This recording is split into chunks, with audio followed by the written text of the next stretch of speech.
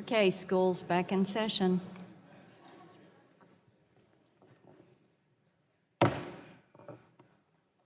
The Subcommittee on Communications and Technology will now come to order, and the chair recognizes herself for 5 minutes for an opening statement.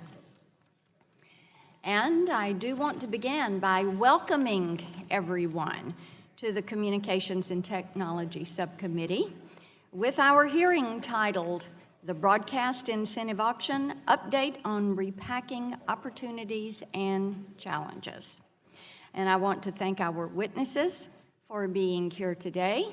We appreciate having your perspective on this issue.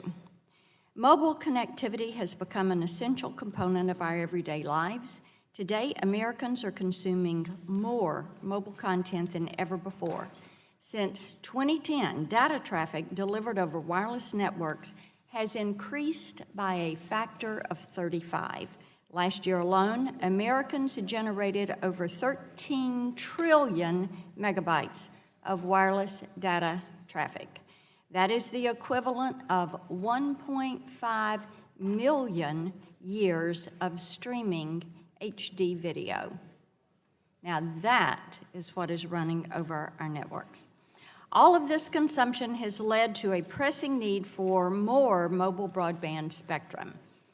This committee, along with the FCC, NTIA, and the private sector, has worked to identify opportunities to feed the spectrum pipeline.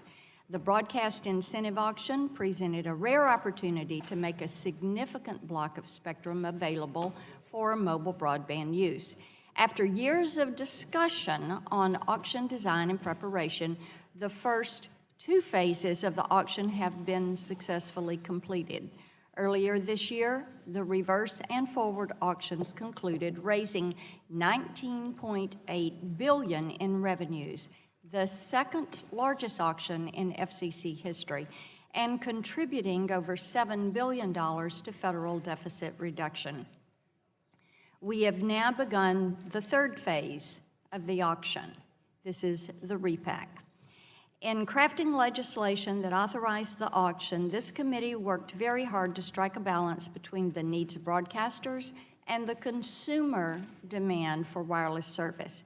Discussions involving stakeholders from all sides of the auction resulted in agreement on the post-auction transition timeline and budget. The FCC has done its part to carry out the first part of the auction and set the parameters for the repack. It is now time for industry to work together to ensure that this agreement is honored and that the repack is completed on time. This morning, we will hear about the ongoing challenges with completing this phase of the auction. Our witnesses will discuss outstanding issues with relocating broadcasters to new channels, as well as the importance of clearing the 600 megahertz band as soon as possible. We will also examine unanswered questions surrounding low-power television and translator stations, an issue that is very important to many members on this committee. Hurricane Harvey has reminded each and every one of us, and now Hurricane Irma, which is pressing down on the U.S. We all know how important broadcasters and wireless providers are in times of emergency. Preserving access to over-the-air television while also meeting consumer needs for mobile broadband is a goal that we all share and a problem we need to all resolve together. Today's panel will inform us on the challenges and the opportunities of the latest effort to advance this goal. Thank you, and I look forward to the testimony from our witnesses. And at this time, I yield to the gentleman from Pennsylvania, who is the recent father of the groom. And I know his opening statement is going to be as beautifully delivered as his toast to the happy couple. Mr. Doyle, you're recognized for 5 minutes. Thank you very much, Madam Chair, and thank you for holding this hearing, and thank you to the witnesses for appearing before us. I want to start by saying, and I think all of us up here feel the same way, that our thoughts and prayers go out to those affected by Hurricane Harvey in Houston and those folks that are in the path of Irma. But you know, in tragedy and loss, we also hear stories of perseverance and fortitude, Broadcasters in Houston have been on the air nonstop since Harvey, doing everything from coordinating food drops and rescues to setting up fundraisers to help with the recovery. And similarly, cellular networks have largely continued to function in the region.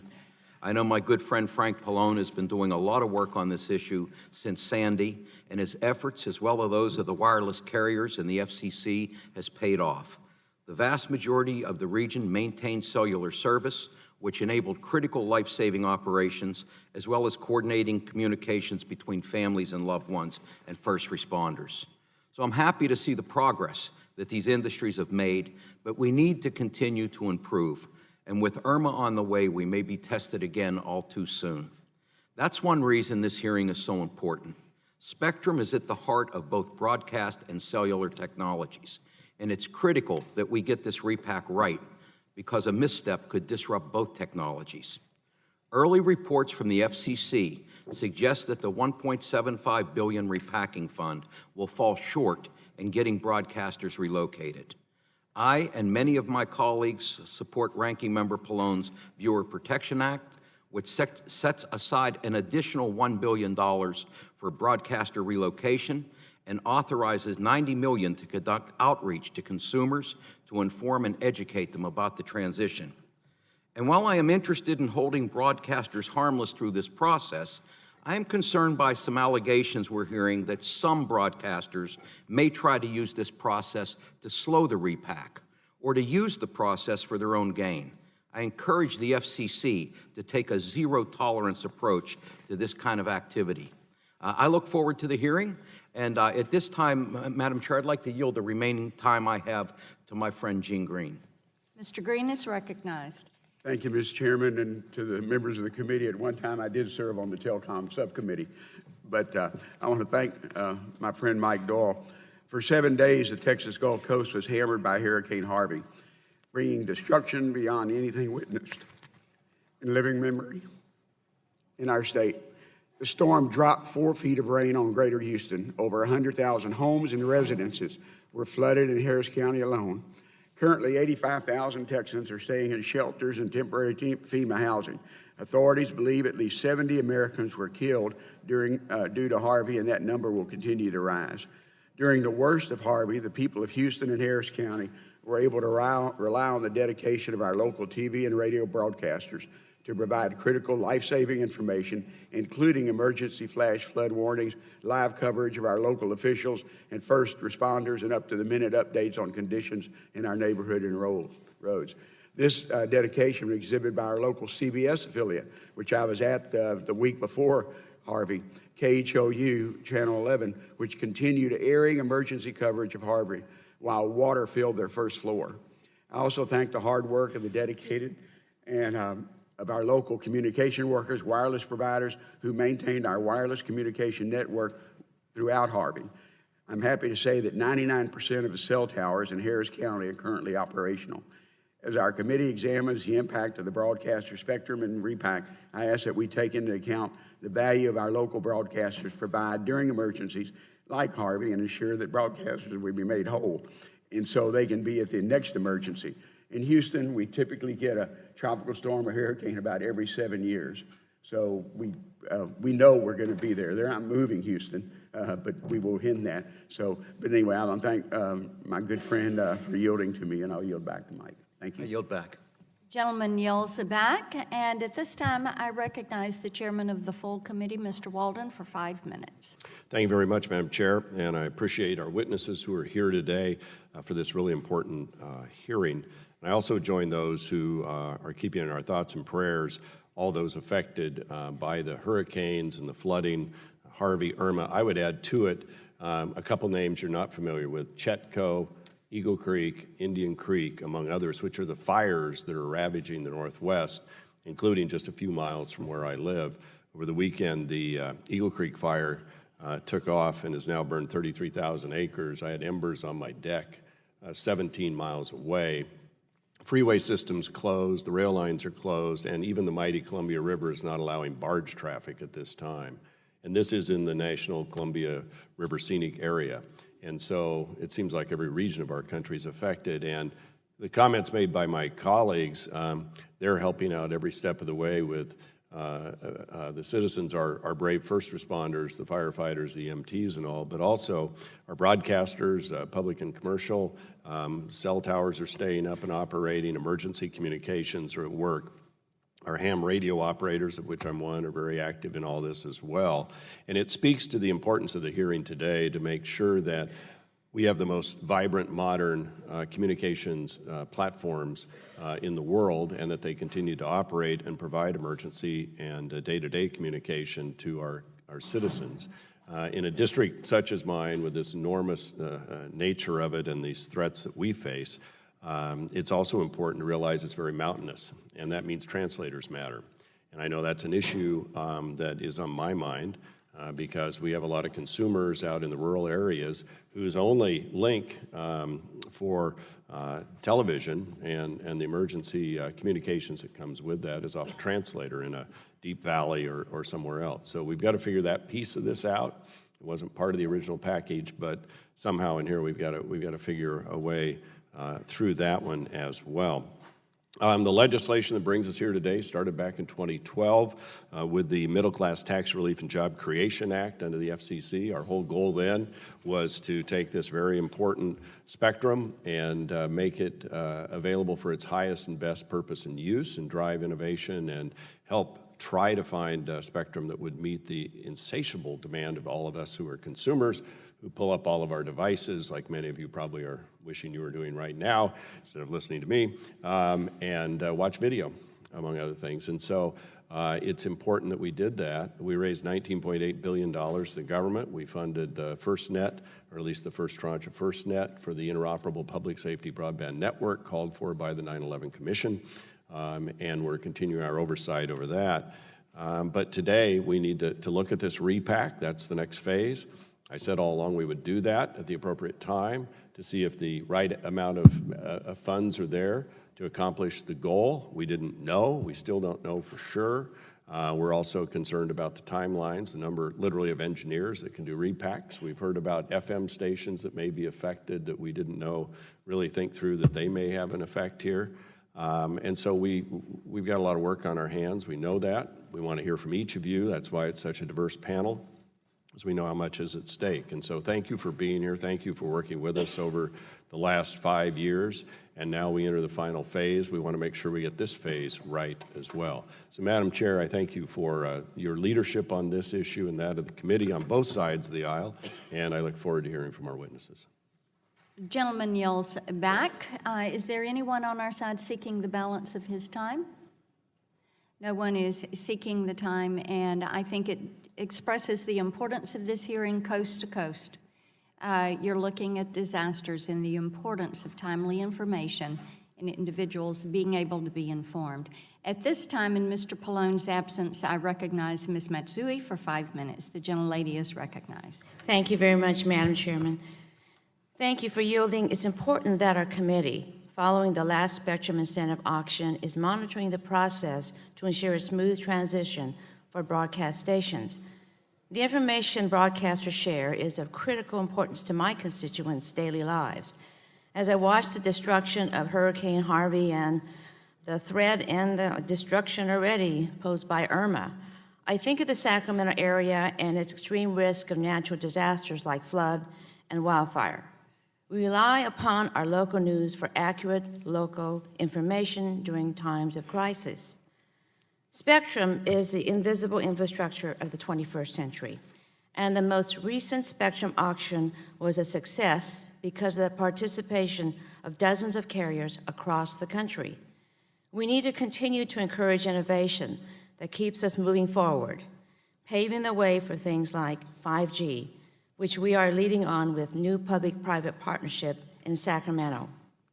Wireless is the way forward, but we must also ensure that our broadcasters have the resources they need to make sure that everyone has access to the best information, both globally and locally.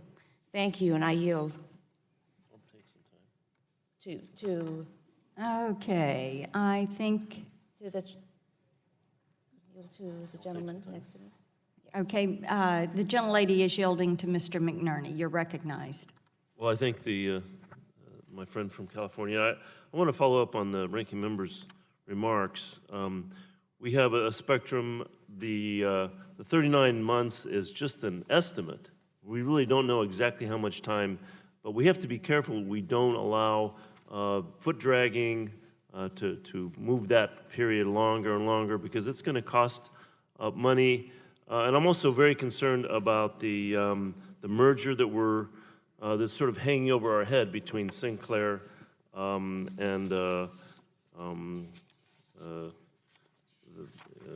Sinclair.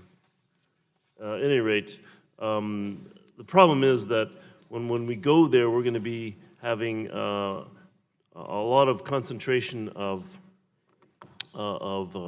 spectrum and broadcast to one or two organizations that will enter many, many homes and will change the national dialogue. We really need diversity, so it's important that we have continue to have diversity. It's important that we make sure that the spectrum allocation is finished on time. With that, I yield back. The gentleman yields back, and the gentlelady yields back, and we were waiting for Mr. Pallone, but he is not here, has not arrived. So this concludes the member opening statements. I would like to remind all members that pursuant to committee rules, their statements will be made a part of the record. We want to thank, pardon me, our witnesses for being here today and for taking the time to come before the subcommittee.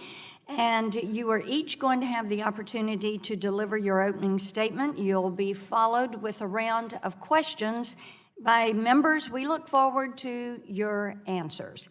And our witness panel today includes, and we are welcoming Scott Bergman, who is the Vice President of Regulatory Affairs at CTIA. Welcome back.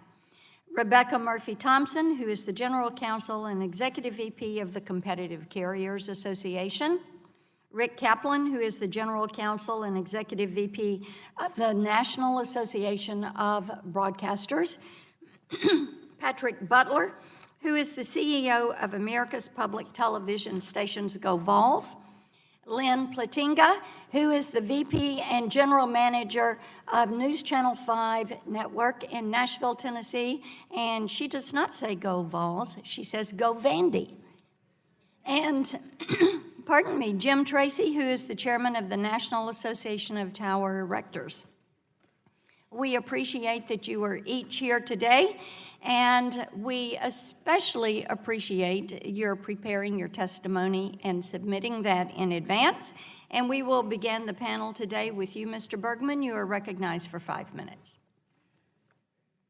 Thank you, Chairman Blackburn, Ranking Member Doyle, and members of the subcommittee.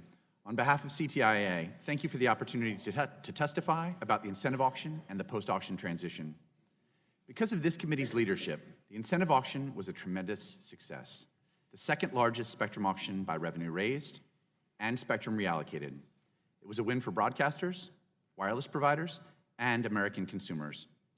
CTIA and its members strongly support the FCC's transition plan, which provides a flexible roadmap. We support a fully funded repack that ensures broadcasters are made whole for their reasonable costs. We appreciate this committee's oversight and urge it to maintain the 39-month timeline. Delay would harm deployment of cutting-edge mobile wireless services, especially in rural areas, and could undermine future spectrum auctions. This first-of-its-kind auction has revolutionized the way that we repurpose spectrum to meet the nation's exploding mobile needs. It freed up 84 megahertz of spectrum. It grossed $19.8 billion. 50 different parties won wireless licenses, including non-traditional and rural providers. And 175 broadcast stations were winners and will receive almost $10 billion in proceeds. This spectrum will generate substantial economic benefits. The 70 megahertz of licensed spectrum will add more than 700,000 new jobs and as much as $22 billion to the GDP. So it's critical that this transition be accomplished smoothly, efficiently, and within the 39-month timeline. This low-band spectrum will enable new wireless services across the country, particularly in rural areas, which has been a topic of great interest to this committee. And winning bidders are already putting this spectrum to use. T-Mobile, the largest winner, launched operations in Wyoming and Maine just 2 months after receiving licenses. This year alone, the carrier will add new sites in Oregon, Texas, Kansas, Oklahoma, New Mexico, North Carolina, North Dakota, Pennsylvania, Virginia, and Washington. To realize these benefits, it's important that we hold to the 39-month timeline. After carefully considering an extensive record from various stakeholders, the FCC developed a plan that provides flexibility for broadcasters, minimizes disruption for viewers, and provides certainty to wireless providers. The plan features a 39-month transition, which was upheld by the courts, and 10 separate phases, eliminating the need for all stations to obtain equipment or schedule a tower at the same time. The FCC's plan is not static. It established a process for broadcasters to extend their deadlines if necessary. And the FCC already has the authority to address potential timing problems, making legislative changes unnecessary. But significant delay would risk rural build-out and 5G deployment, and would be unfair to forward auction winners that invested nearly $20 billion. Delay could also negatively impact future auctions. If the government shows a willingness to retroactively change the rules, bidders in future auctions will bid less, causing a decrease in spectrum prices and availability. Moving forward, CTI's members are doing all they can to be part of the solution. Our members are engaging with broadcasters to address repacking challenges, such as funding relocation costs for rural public television stations and low-power TV stations. They're working to ensure that equipment like antennas is available and are doing continuous outreach to translator and wireless microphone communities. CTI expects this close collaboration and financial investment will continue throughout the repack. Finally, I'd like to acknowledge the hardship from Hurricane Harvey, particularly in the district of Congressman Olson, and the wireless industry's efforts to maintain service for millions of Americans across Texas and Louisiana. CTI commends this committee for its ongoing interest in wireless resiliency. Ranking Member Pallone has been intensely focused on this topic since Superstorm Sandy. Last year, wireless carriers adopted a network resiliency framework to improve resiliency during emergencies and natural disasters. Using this framework was successful. Wireless companies readied backup generators, pre-positioned fuel, educated consumers, and brought in emergency response teams. Even as traffic spiked, wireless services were there when people needed them most. More than 95% of cell sites remained working throughout the storm. More than 300 wireless emergency alerts were sent to warn people about tornadoes, flooding, and other dangers. More than 96,000 calls were delivered to 911. And millions of people used wireless to call, text, gather and share information, and communicate with loved ones. Thank you for the opportunity to testify today, and I look forward to your questions. Gentleman yields back. Ms. Murphy-Thompson, you're recognized 5 minutes. Thank you. Chairman Blackburn, Ranking Member Doyle, Ranking Member Pallone, and members of the subcommittee. I am honored to testify about the immense opportunities compared to the minimal challenges presented by repacking the 600 megahertz band for mobile broadband. CCA represents nearly 100 wireless carriers that serve urban centers and most rural parts of our country, along with 150 vendors and suppliers. The vast majority of CCA members are small businesses serving rural areas. Chairman Blackburn, I appreciate the subcommittee's keen focus on prioritizing access and expansion of mobile broadband service and agree that an efficient and safe repacking process is a sound way to achieve this mutual goal. For these reasons, let me commend this committee for crafting legislation that gave life to the historic incentive auction, which unleashed 84 megahertz of low-band spectrum for mobile broadband use and garnered $20 billion in gross revenues, which includes $10 billion in payments to broadcasters and $7 billion for deficit reduction. I call that a good day at the office. The repacking process represents the third and final stage of the incentive auction. CCA carrier members represent the majority of the winning bidders in the auction, who spent over $15 billion to acquire nearly 2,400 licenses. CCA's carriers were key to the auction success and are anxious to deploy this spectrum to provide the latest mobile broadband services to consumers throughout the United States. The ongoing repack is not about wireless operators versus broadcasters, rather collaborative work will expand access to mobile broadband, increase competition, and meet our country's need for economic growth and creation. We cannot afford to wait. A persistent digital divide continues to plague certain parts of the United States, leaving rural communities trailing behind their urban counterparts on the road to 5G. The 600 megahertz spectrum is critical to bridge this digital divide and is tailor-made for serving rural areas with excellent propagation characteristics. This is why so many of CCA's members showed up, bid, and won spectrum in the auction. This is also why CCA members have continuously worked with broadcasters, tower crews, and other industry stakeholders to transition the spectrum. With continued congressional oversight and FCC diligence, CCA is confident that industry can safely and efficiently complete the transition within the 39-month timeline established by the FCC, based on congressional statute, and upheld by the court. The committee and the FCC have committed that broadcasters will not go dark as a result of the transition period. The FCC Antenna Task Force also has carefully balanced the need to clear the 600 megahertz spectrum for mobile broadband use while protecting consumers. This included an efficient waiver process for any station that is unable to transition due to circumstances out of its control. CCA supports these goals and urges Congress and the Commission to stay the course and maintain the 39-month timeline. This ensures carriers' investments are realized and consumers receive the most advanced services. With this clarity in hand, CCA members ask that this committee reject any effort to delay the transition. As noted, CCA members spent significant capital in the auction with the expectation of offering consumer innovative services. Altering timelines now, post-auction, could leave significant resources stranded, which would inject uncertainty into future auctions. In addition, the proposed Sinclair acquisition of Tribune could significantly delay the repacking effort as a result of its dominant market share and should be denied. Withholding spectrum in rural areas will deepen the digital divide and leaving consumers who could benefit most from the next generation technology without mobile broadband. As we say at CCA, wireless carriers must keep up with their Gs as networks move from 3G to 4G and soon 5G.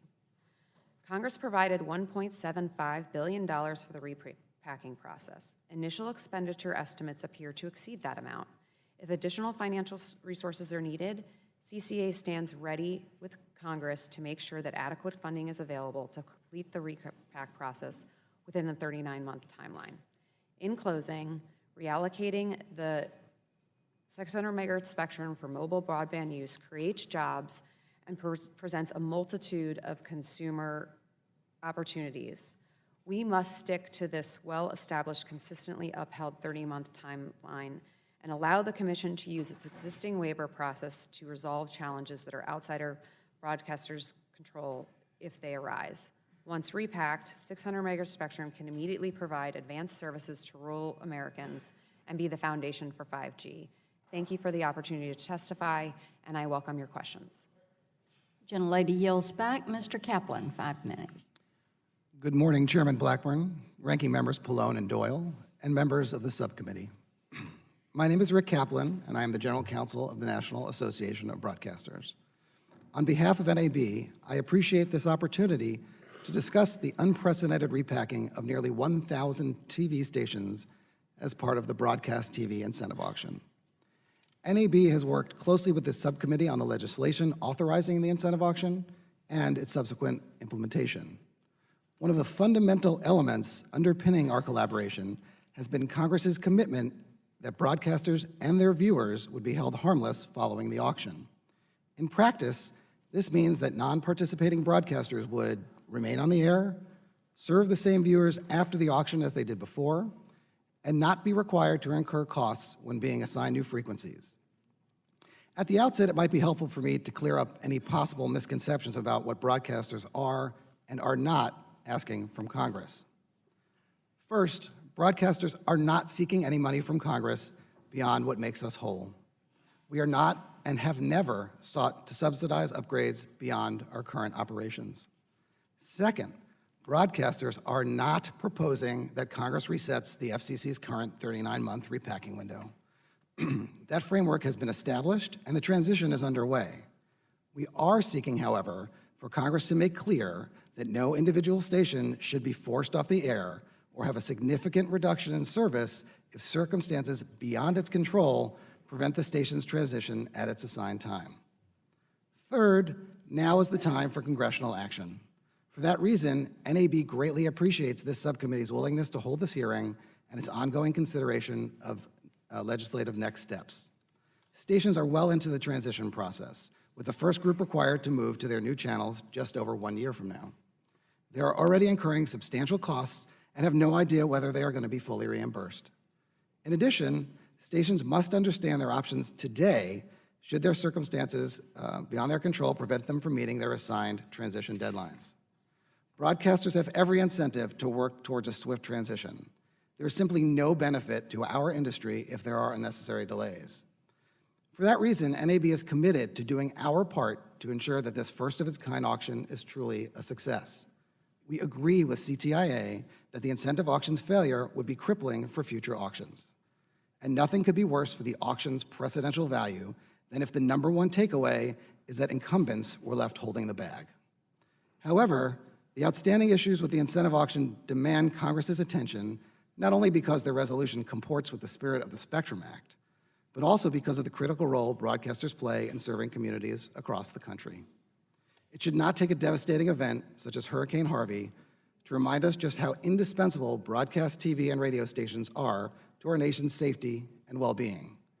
For communities big and small, local broadcasters and national broadcast networks combine to provide critical news and information to keep the public educated and engaged. This is precisely why CTIA's and CCA's wireless emergency alerts instruct consumers to, quote, check local media when alerting communities to a matter of urgency. It is also important that Congress take meaningful steps to protect those broadcasters who had no stake in the auction, but are now its likely collateral damage. Hundreds of FM radio stations that are co-located with repack TV stations may be saddled with new costs and significant disruptions. Low-power TV and translators are also struggling to maintain their ability to serve urban and rural audiences. NAB continues to believe that with congressional and FCC leadership, the repack can be a success. To date, Chairman Pai has more than ably guided the Commission through a repacking process that received little attention before he assumed the agency's helm. We are grateful to bipartisan congressional leaders for their attention to this issue and to Ranking Member Pallone and his co-sponsors for the proposed legislative solution. We look forward to continuing to work with you to help this transition proceed as smoothly as possible for all stakeholders, and most critically, the viewers and listeners who rely on our signals every day. Thank you again for the opportunity to discuss these issues, and I look forward to your questions. Mr. Butler, you're recognized for 5 minutes. Microphone, please. Got it. Okay, sorry.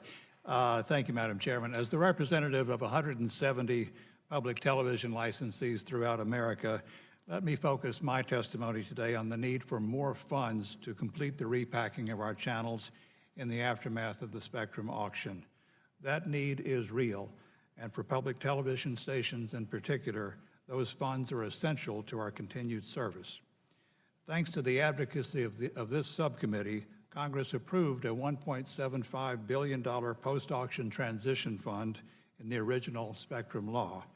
The FCC has now determined that broadcasters will need at least another $400 million to be held harmless from the financial effects of this transition, as the law requires. For the 149 public television stations being repacked, the funding deficiency is more than $50 million. This is in addition to the roughly $270 million which repacking public stations are scheduled to receive from the original transition fund.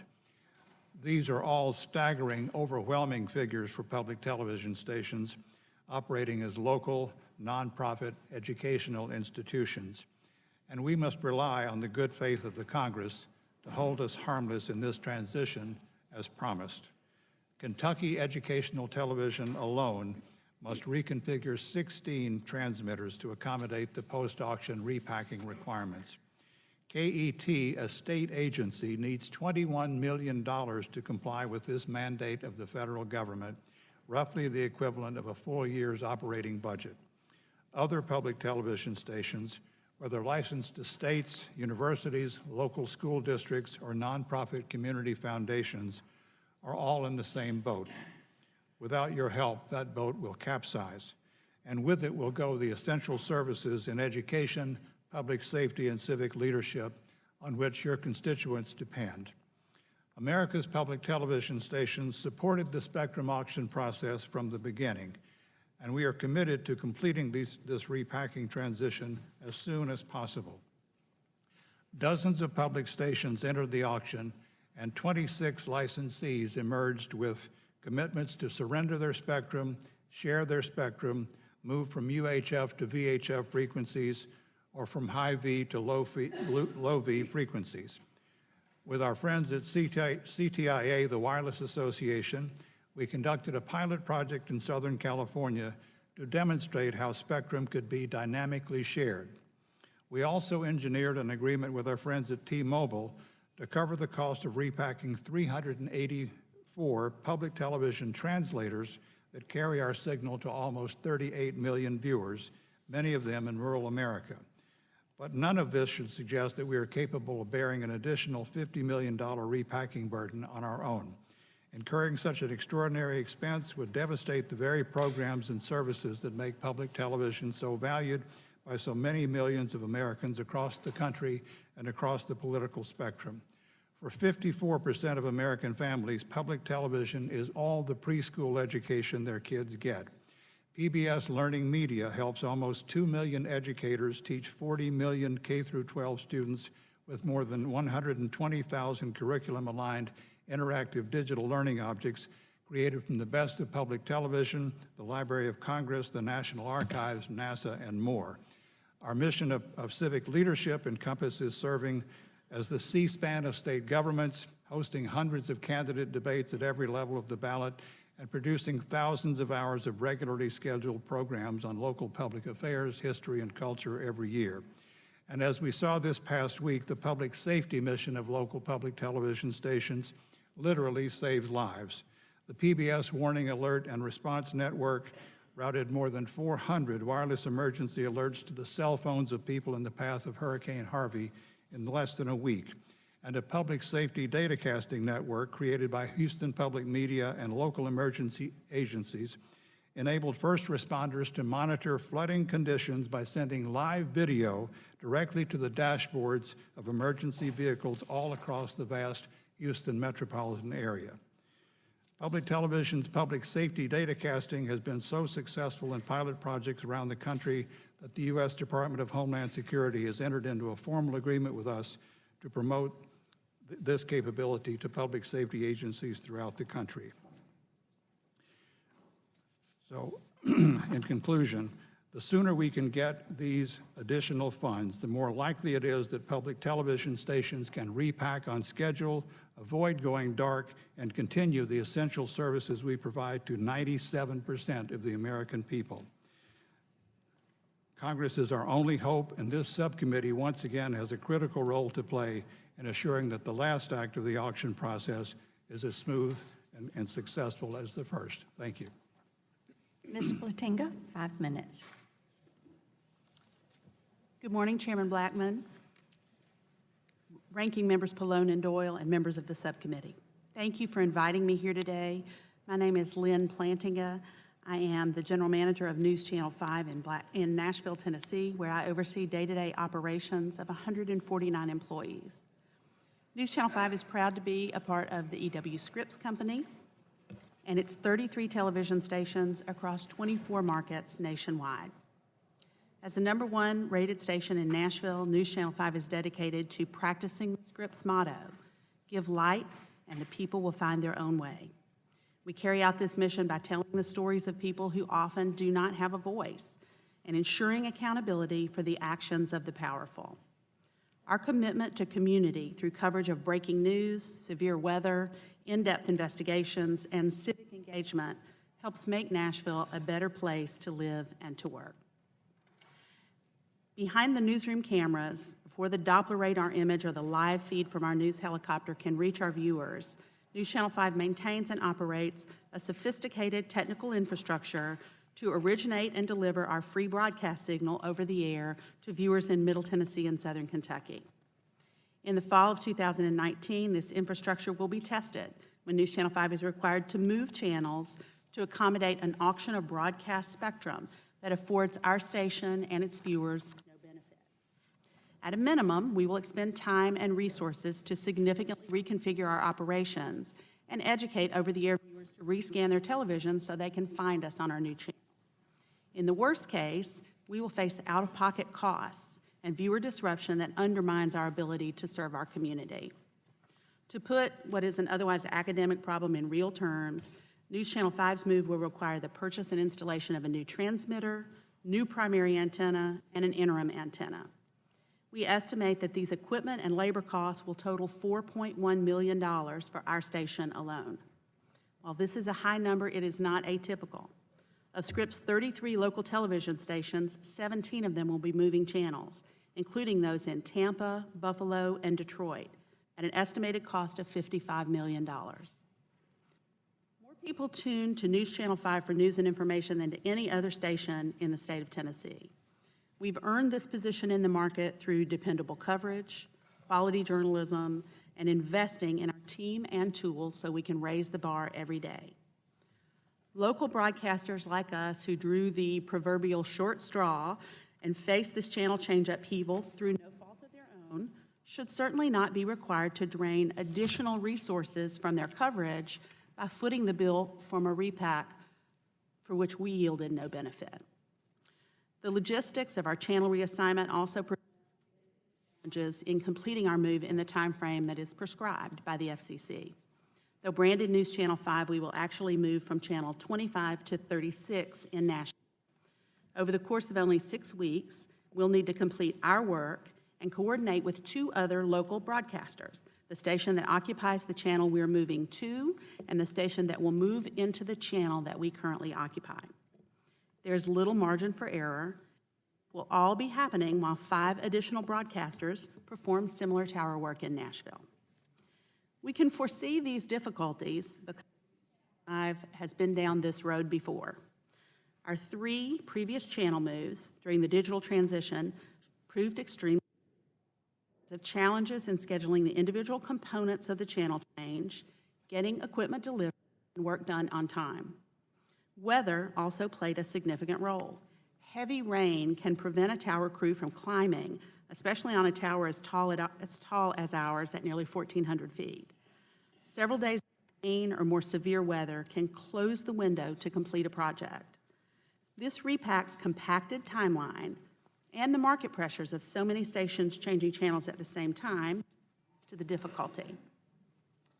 In conclusion, I really want a shared goal for a successful transition that accomplishes Congress's objective of deploying additional wireless services. However, 5 asks that Congress take all the necessary steps to ensure that its relocation costs are fully covered by the FCC. Our viewers be protected from any risk of signal disruption should we be unable to complete our station in time, fault of our own. Anything less would not only be inequitable, but would undermine the ability of News Channel and all of these impacted broadcasters to continue to serve Nashville and the other local communities. Thank you again for inviting me here today, and I look forward to answering your questions. Mr. Tracy, 5 minutes. Chairman Walden, Chairman Blackburn, members of the committee subcommittee, my name is Jim Tracy. I'm the CEO of Legacy Telecommunications in Burley, Washington. But I'm here today testifying on behalf of the National Association of Tower Erectors, or NATE. I'm honored to serve as the chairman there, and we are a nonprofit trade association in the wireless and broadcast infrastructure sectors. NATE's diverse membership encompasses every layer of the wireless communications ecosystems and infrastructure. Includes over 825 member firms. We build, service, and maintain hundreds of thousands of communication structures, towers, throughout the United States and other countries. But I would be remiss, I'm going to have to go off script here a minute, if I did not reach out and say thank you to a new concept is the zero responder, because the first responders don't get to talk to the people who are in trouble unless we keep them on air. And the people that we serve are working right now in California and in Oregon, by your house, Mr. Chairman. And they're working in Washington and they're working in Montana to make sure that we're leapfrogging all of the cell sites ahead of the fires. And several weeks ago, we started preparations, and ours were the people that were on the ground at the zero time, not the first responder, the zero responder, to get ahead in the Gulf Coast to make sure that we could communicate when Irma was upon us, or when Harvey was upon us. And for the last week, down in South Florida, we've been making preparations with generators and cell sites, cows, and things like that to make sure that the first responders do have a way to communicate. So NATE member companies are and continue to be on the front lines of not only the natural disasters, but also this broadcast repack, and the FirstNet deployment. And let's not forget about the densification of not only those networks, but also the next gen, that's 5G that's coming up. This is creating the perfect storm for the wireless tower climber. Now, Nate's mission statement is focused on the core principles. There are really 4 pillars: safety, quality, standards, and education. It was drafted 22 years ago when the association was founded. And not only are these the guiding principles today, but they're also the foundation on which we were built. In recent years, we've continued, and we're working collaboratively with OSHA, FCC, and FAA, and we've developed a variety of safety and education programs and tools for our members and their climbers, such as the NATE Star program, voluntary program where we work directly with OSHA on, and where our members commit to higher levels of education, training, and that kind of thing.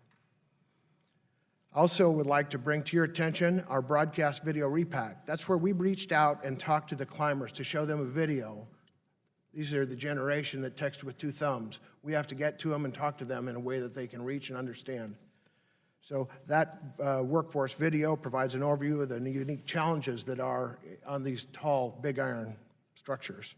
Greater detail on this is included at the end of the written testimony.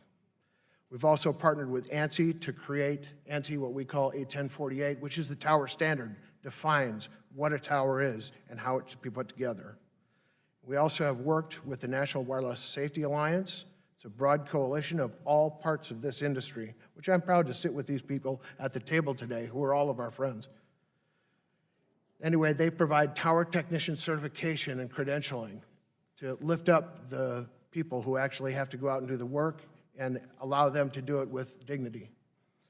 Through these and other efforts, we're building, maintaining, modifying communication towers faster and safer than ever before. There's one unescapable fact. At present, there are not enough qualified workers to perform all the work that's going to be required in this perfect storm. Today, I'm the voice for an estimated 30,000 tower industry workers. We refer to them as tower technicians. Many of these men and women are employed by NATE member firms. Yet the workforce challenges our industry faces continue to meet communications demands will be exacerbated not only by the repack, but by the establishment of FirstNet, 5G, and the tower marking mandate that the FAA has on top of us. Kind of went off script a little bit, so I'm going to skip ahead and say thank you very much for your time. It's not enough for people to want these tower jobs, but they have to be able to physically and mentally be capable of performing the tasks. So I appreciate your time today and look forward to answering your questions. Gentleman yields back, and this concludes our testimony. And so we're going to move into our question and answer part of this hearing. And I'm going to begin by recognizing myself for 5 minutes. And Mr. Bergman, I want to come to you. And let's talk a little bit about what you mentioned in your testimony with how an extension on the repack schedule, making changes there, would affect the carrier participation in this and in future auctions. So I want you just to drill down on that just a little bit more. Microphone, please.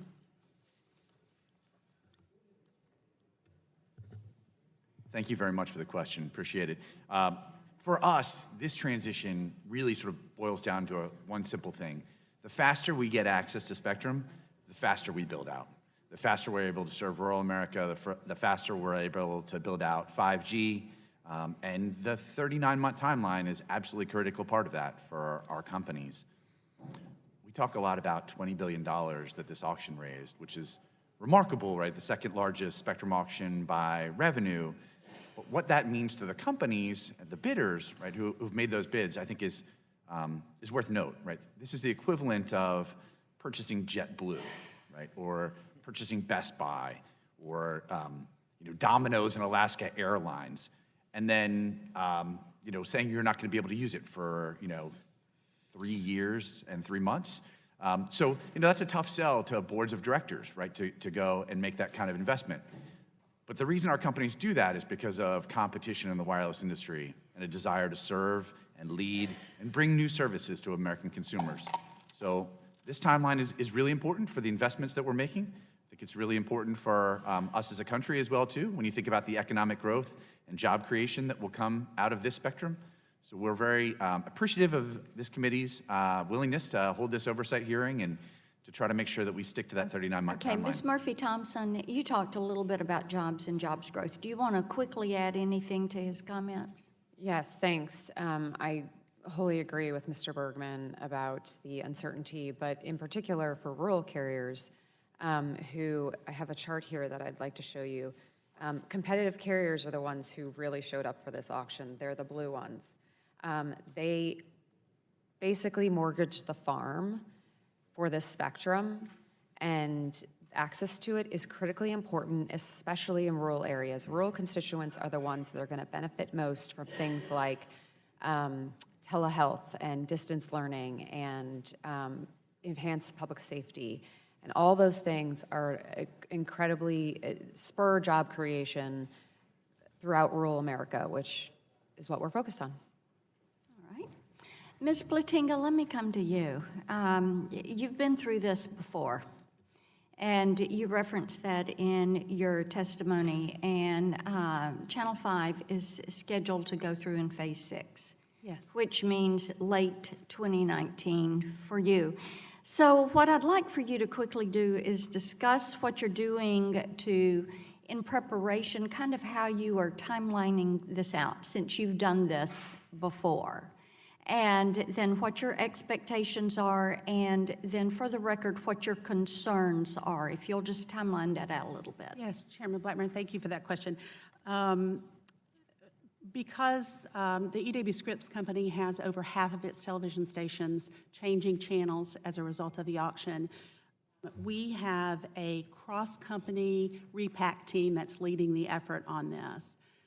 At News Channel 5, I can tell you that already we have our strategic plan in place. Changing channels is a little bit like changing the tires on your car while you're still rolling down the highway, because you have to keep the existing signal on the air while you're building the infrastructure for the new station. And we have a strategic plan to do that using a temporary antenna and a lot of equipment. We have identified the individual pieces of equipment that we will purchase, and we have identified the vendors who will do the work for us. So I do believe our ducks are in a row for the transition. In terms of concerns, I would say, based on past experience, I have a couple of concerns. The first, of course, is the financial piece. We want to be certain that we're fully reimbursed for the cost of this transition. Again, we were the people who drew the short straw, and we understand it is our responsibility to step up and make this happen. We intend to do that. But we were told at the beginning of this process that those costs would be reimbursed, and we're looking for assurance that that's going to happen. The uncertainty around the financial piece is a concern, and we all know uncertainty is bad for business. The second concern that I have is around the timing. In our previous channel changes, we have had some difficulty. I think the current time frame is achievable if all goes smoothly, but in our previous channel changes, we have run into some obstacles, and so that timing is a concern. Thank you. Time has expired. Mr. Doyle, you're recognized. Thank you, Madam Chair. This first question's for the whole panel, and I'm just looking for a yes or no answer. Do you think the Broadcaster Relocation Fund is sufficient to relocate the broadcasters? I'll start with Mr. Bergman. Certainly based on the FCC's initial estimates, it looks like it is. Is that- Microphone. Microphone, please. And I'm looking for a yes or no. Sure. I think based on current estimates, it looks like no. No. No, No. no, No. no, No. no. That's not my area of expertise. Okay, so we have, what, 5 noes and an abstention. Let me just say to my colleagues on both sides of the aisle that we're ready to close this gap. I don't think any of us want broadcasters in our districts to go off the air and people to be cut off because of an accounting error. Let me ask first, Mr. Kaplan.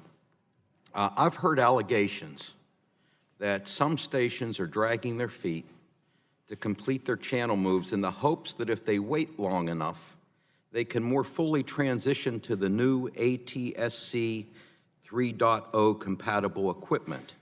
I've also heard that some broadcasters are demanding that this new technology be included in new wireless devices.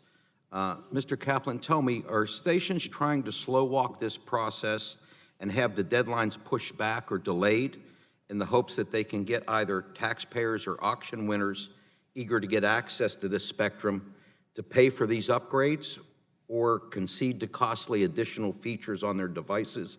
Does your organization think that is right or fair?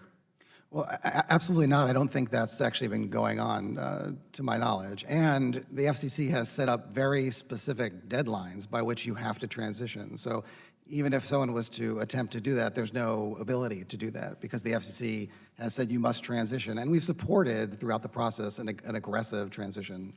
Mr. Bergman, what do your members think? So I certainly think we think it would not be appropriate to slow down the transition for a technology upgrade. We certainly hope that broadcasters will do everything in their power to stick to the timeline. Ms. Thompson, Ms. Murphy Thompson, excuse me. CCA has filed a petition to deny the Sinclair Tribune merger at the FCC. And your testimony expresses concerns that this deal could impact the repacking process. Tell us what your concerns are. Thank you. That's a good question. I appreciate the opportunity to expand on that. There are 2 primary concerns. First is the sheer size of Sinclair and Tribune, and together they would have to move over 200 stations.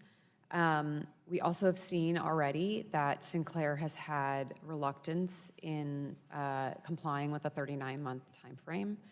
And so post-transaction, we are concerned that having to move 200 stations could derail the timeframe and divert resources away from broadcasters who are ready to move. The second is Dielectric, who is a subsidiary, a broadcast antenna equipment manufacturer of Sinclair.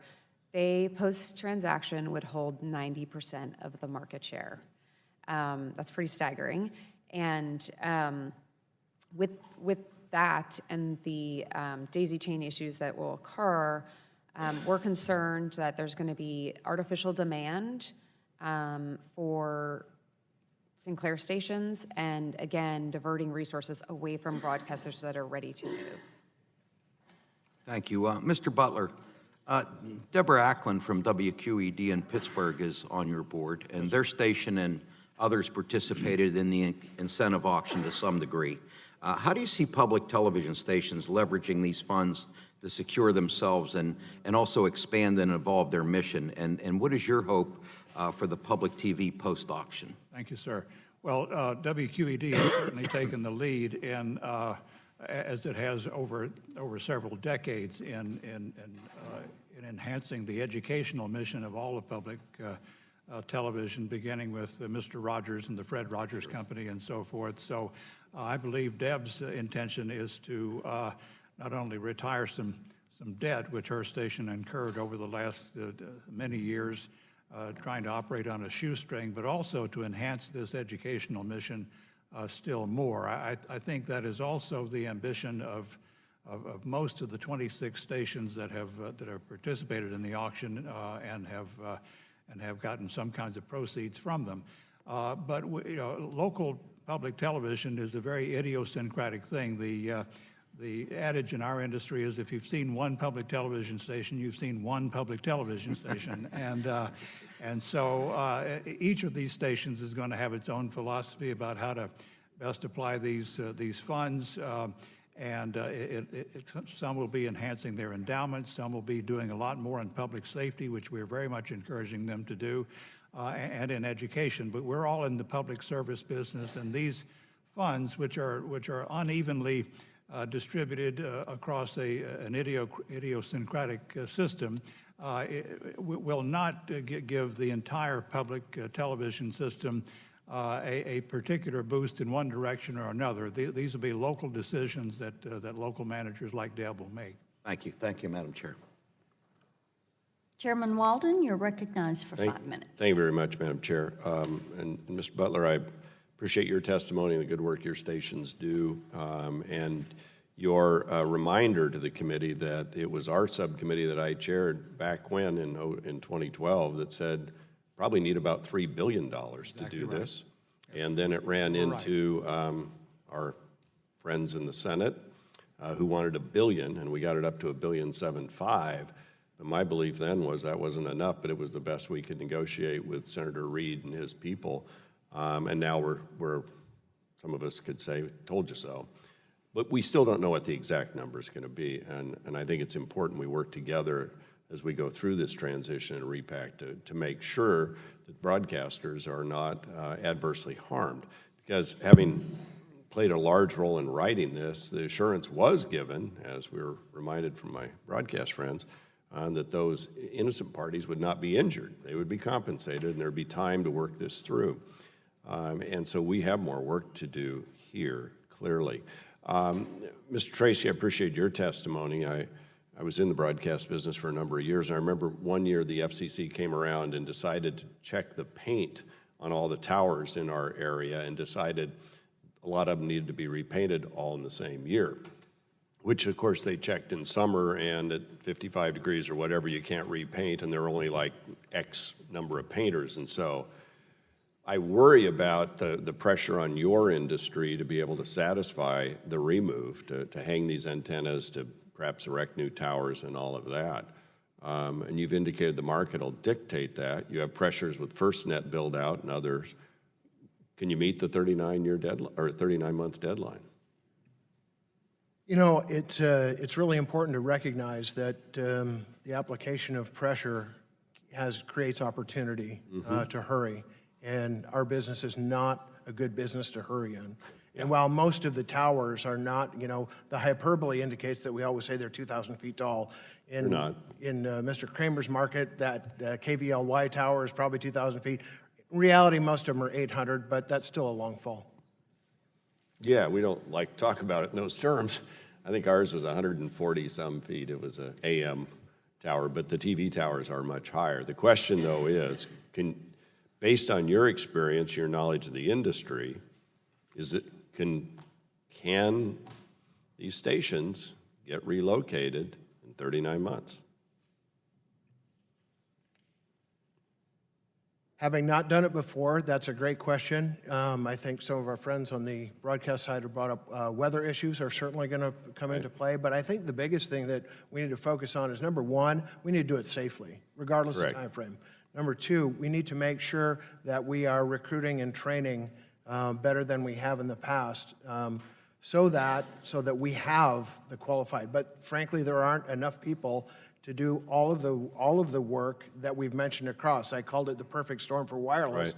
It's 5G, it's FirstNet, it's Repack, it's painting for aviation FAA standards, and all of those are subject to time constraints.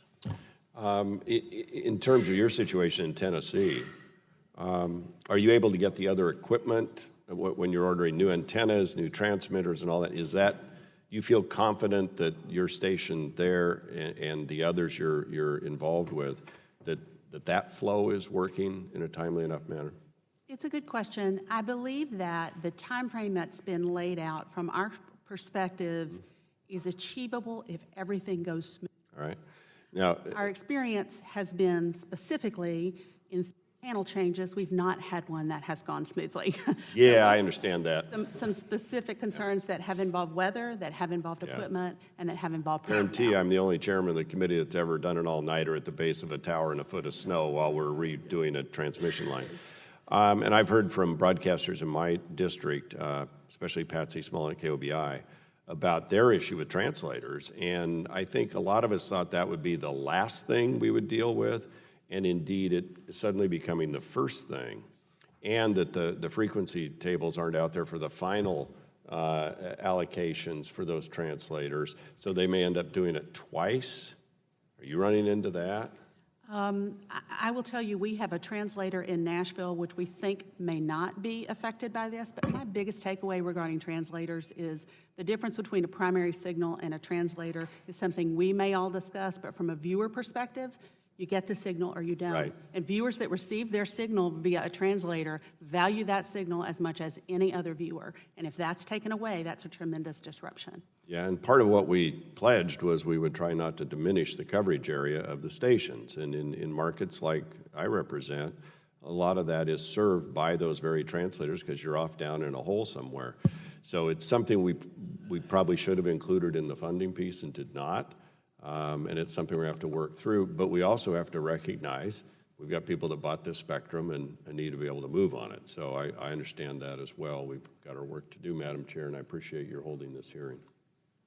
Gentleman yields back, and at this time, Mr. Pallone, you are recognized, and I know you want me to be generous with the time because you missed your opening statement. Oh, well, that's all right, Madam Chair. I just wanted to ask unanimous consent to introduce my opening statement into the record. So ordered. Thank you. So this will be the second time in the last decade that the TV industry has been repacked into a smaller portion of the spectrum. The first was in 2009 with the digital television transition, and just as back then, we need to make sure that TV viewers and radio listeners do not get left behind.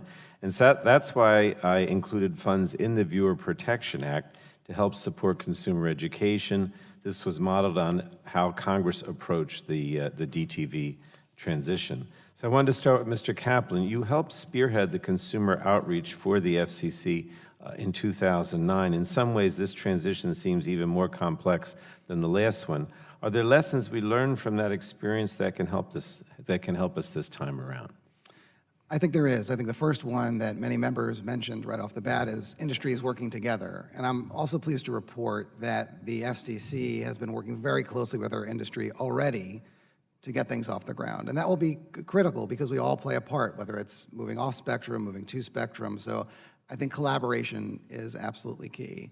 I think you mentioned the funding piece, and that absolutely is another important component. In the last few months of the DTV transition, Congress did approve $90 million to go towards consumer education. In that case, we had one date, June 12, 2009, that was the transition date.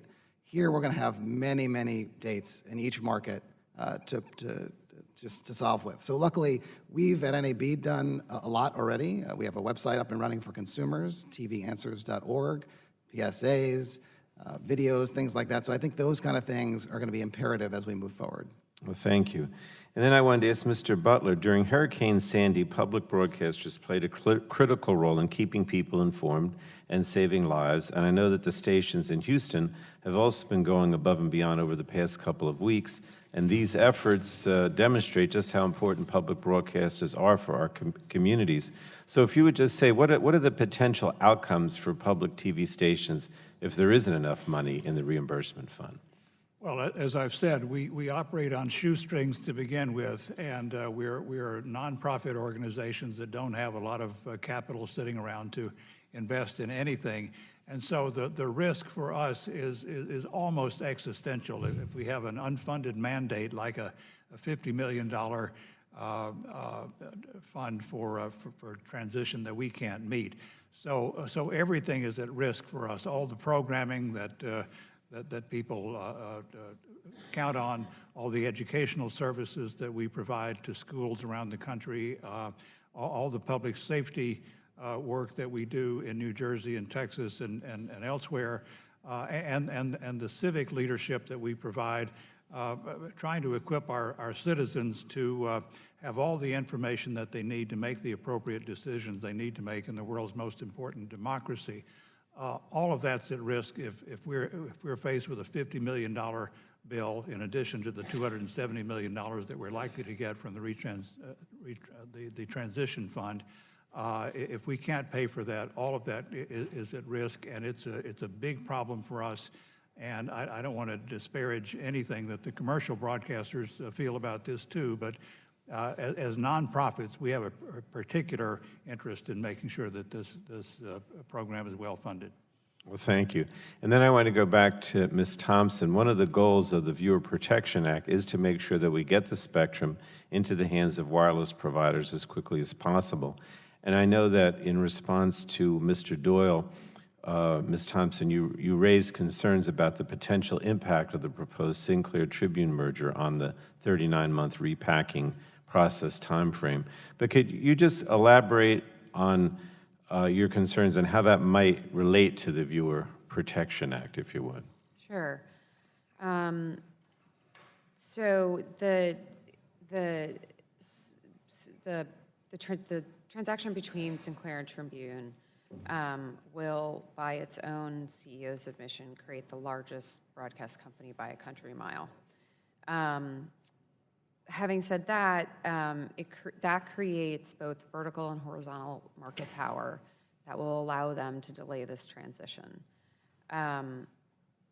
We believe that oversight and through the Viewer Protection Act, additional funds will be necessary to help broadcasters and the likes of Mr. Butler's company to help them transition. So we fully support providing additional funds when necessary. I think I would just close in saying that the Sinclair Tribune transaction only benefits Sinclair and Tribune, which is why nobody supports it. All right. Thank you very much. Thank you, Madam Chairman. Ranking member yields back, and at this time I recognize the Vice Chair of the Subcommittee, Mr. Lentz. Thank you, Madam Chair, and good morning to the distinguished panel. Mr. Bergman, it's important that the United States win the race to 5G because it means significant investment and jobs here in this country. A recent report by Accenture estimates that 5G will bring 3 million new jobs and $500 billion in increased GDP. During the August district work period, I led a roundtable of companies in the district I serve. Those companies are some of the leading innovators in 5G. And we discussed how we can ensure that the United States will continue to be the leader in wireless innovation. One key that was brought up several times is the necessity of sufficient commercial spectrum available to meet the needs of 5G deployment. How important are FCC spectrum auctions, such as the most recent incentive auction, to this effort? So thank you for the question, and thank you for your leadership as well, too, on this topic. We really appreciated the 5G forum that you held back in New Jersey and drawing the attention of communities to the opportunities that 5G brings.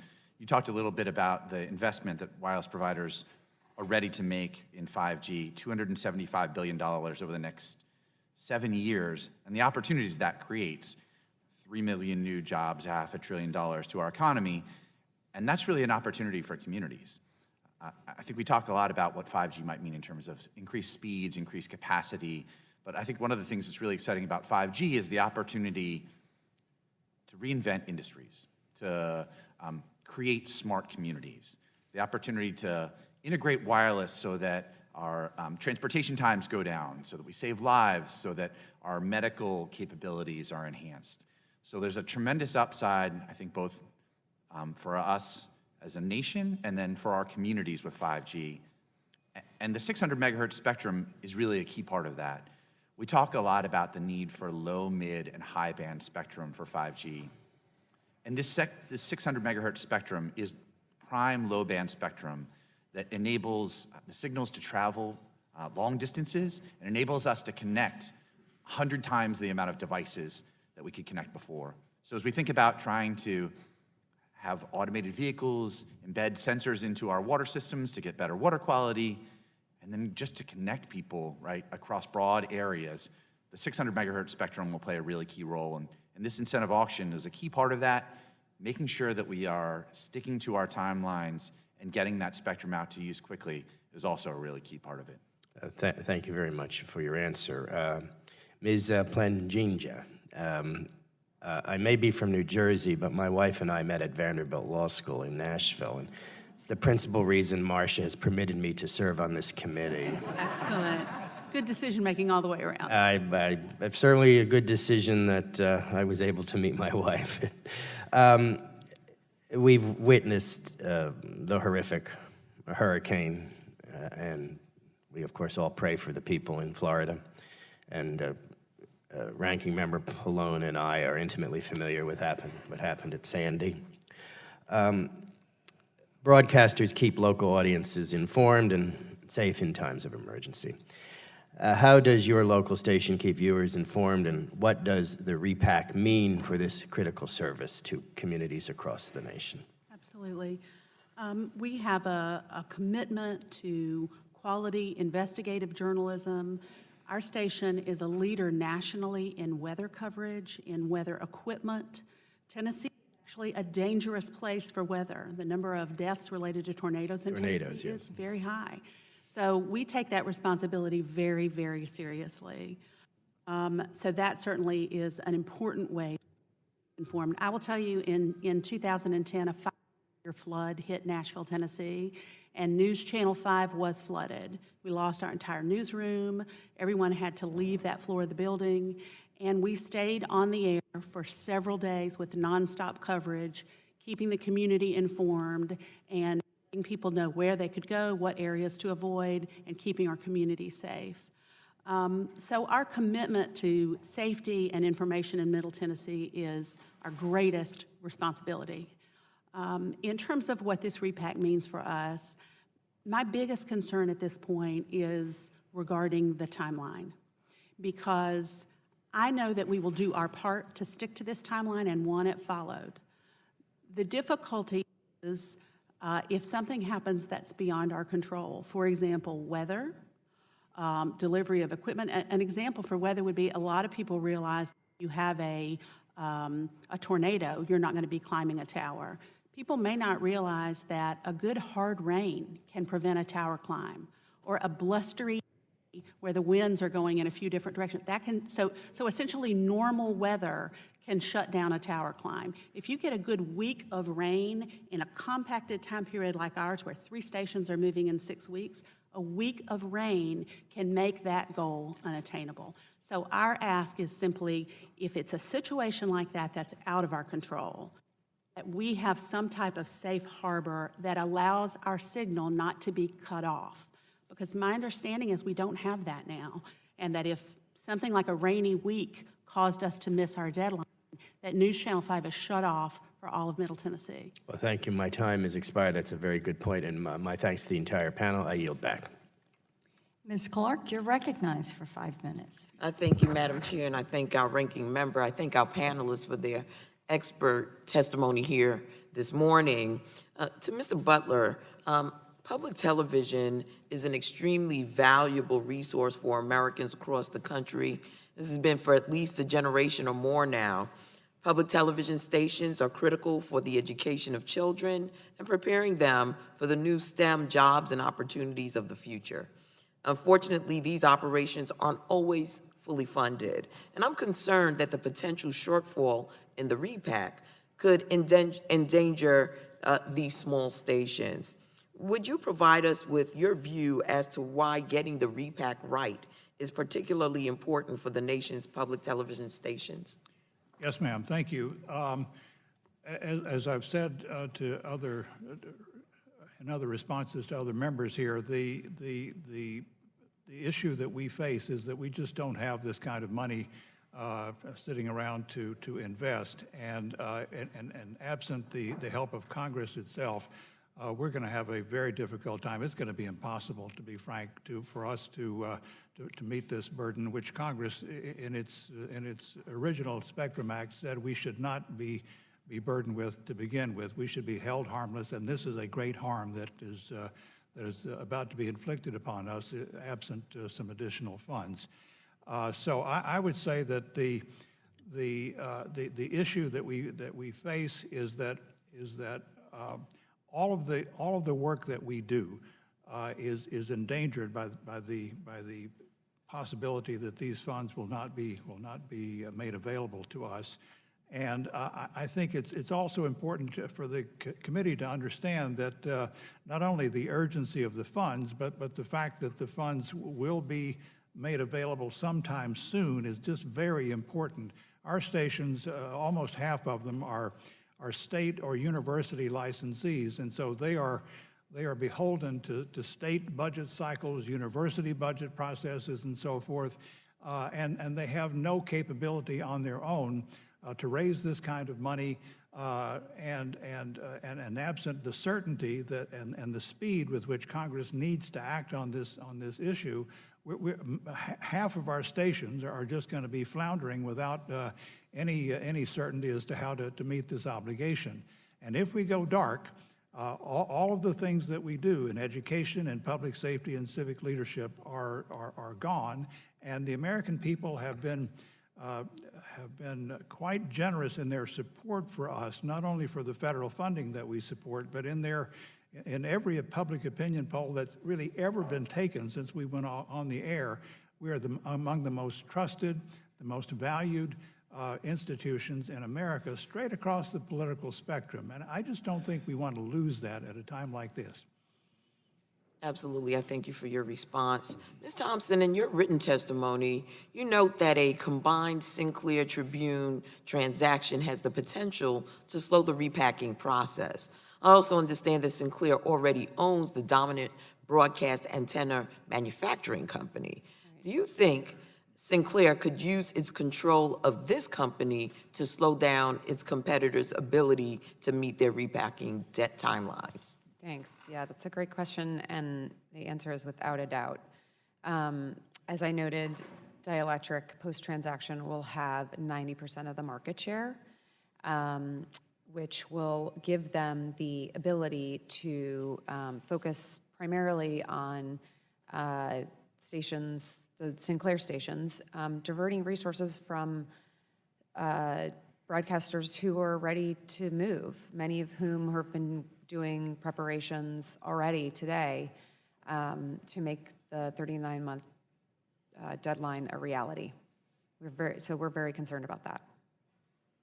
Very well. Thank you for your response. And to Mr. Bregman, can the 600 megahertz band support next generation 5G wireless technologies? And can we expect the deployment of 5G services in this 600 megahertz band to serve as a catalyst for 5G deployments in other frequency bands?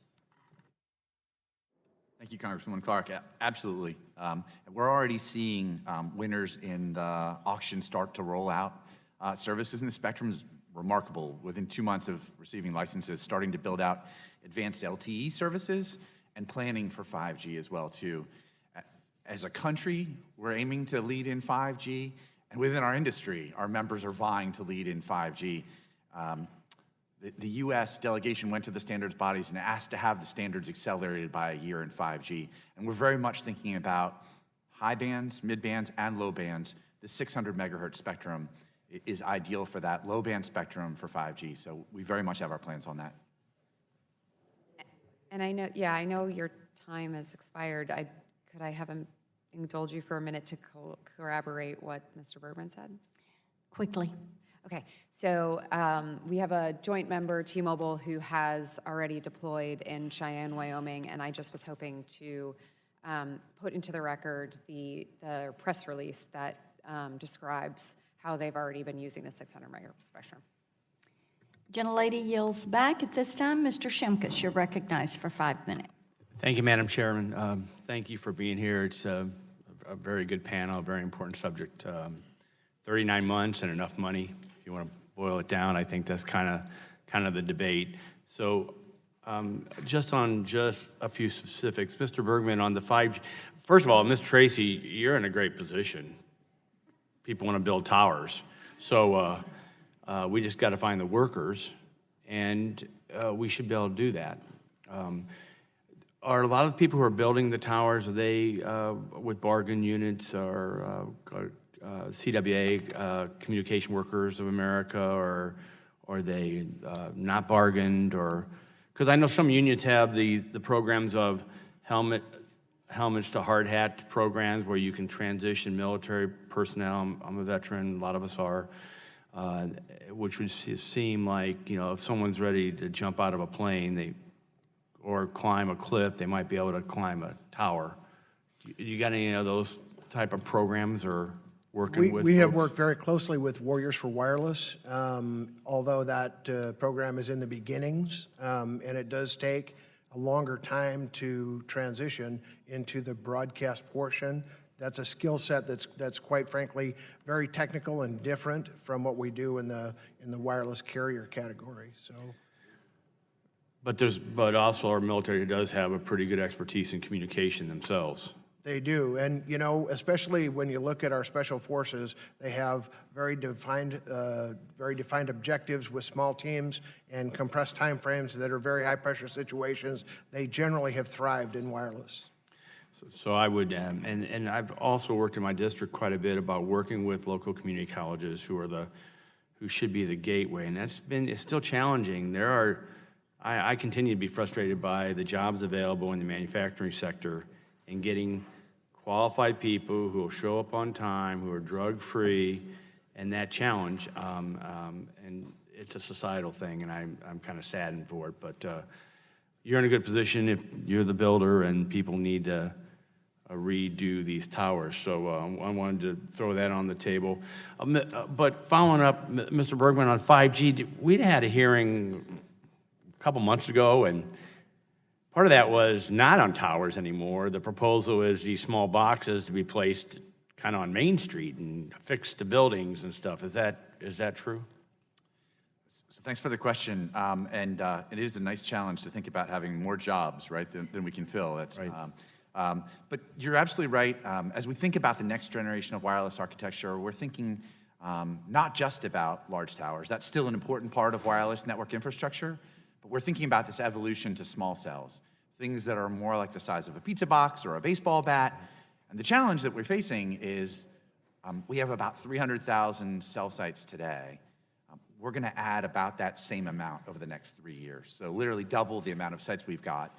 So as we think about those new small cells, we need to think about the infrastructure siting policies so that we make sure that we can build that out quickly. Yeah, and I think a lot of us are very supportive of that. Let me finish with the public broadcasting folks who it's a great heritage, a great tradition, an example, and I wanted to use this opportunity to talk about the Luther movie that's going to be aired in many public broadcasting stations on September 12th.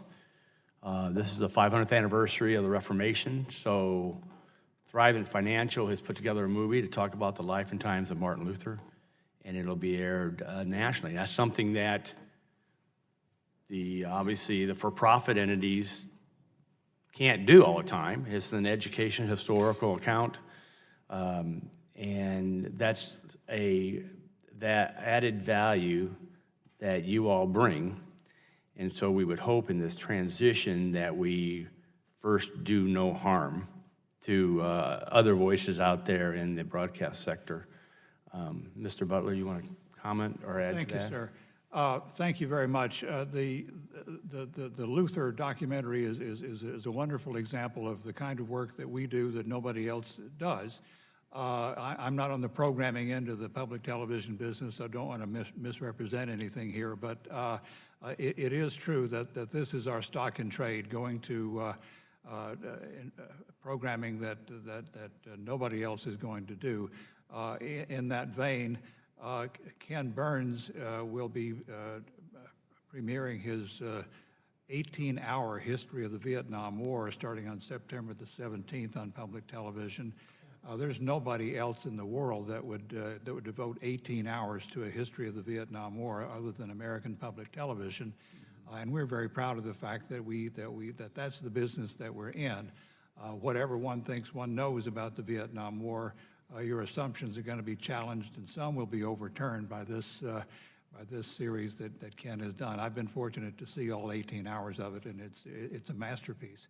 So we're very proud of the fact that we do that kind of programming, which is not going to find its way on any other broadcast signal, and we are committed to continuing that kind of work. Thank you, Mr. Chairman. Thank you, Mr. Shimkus. The chair recognizes Mr. Loebsack.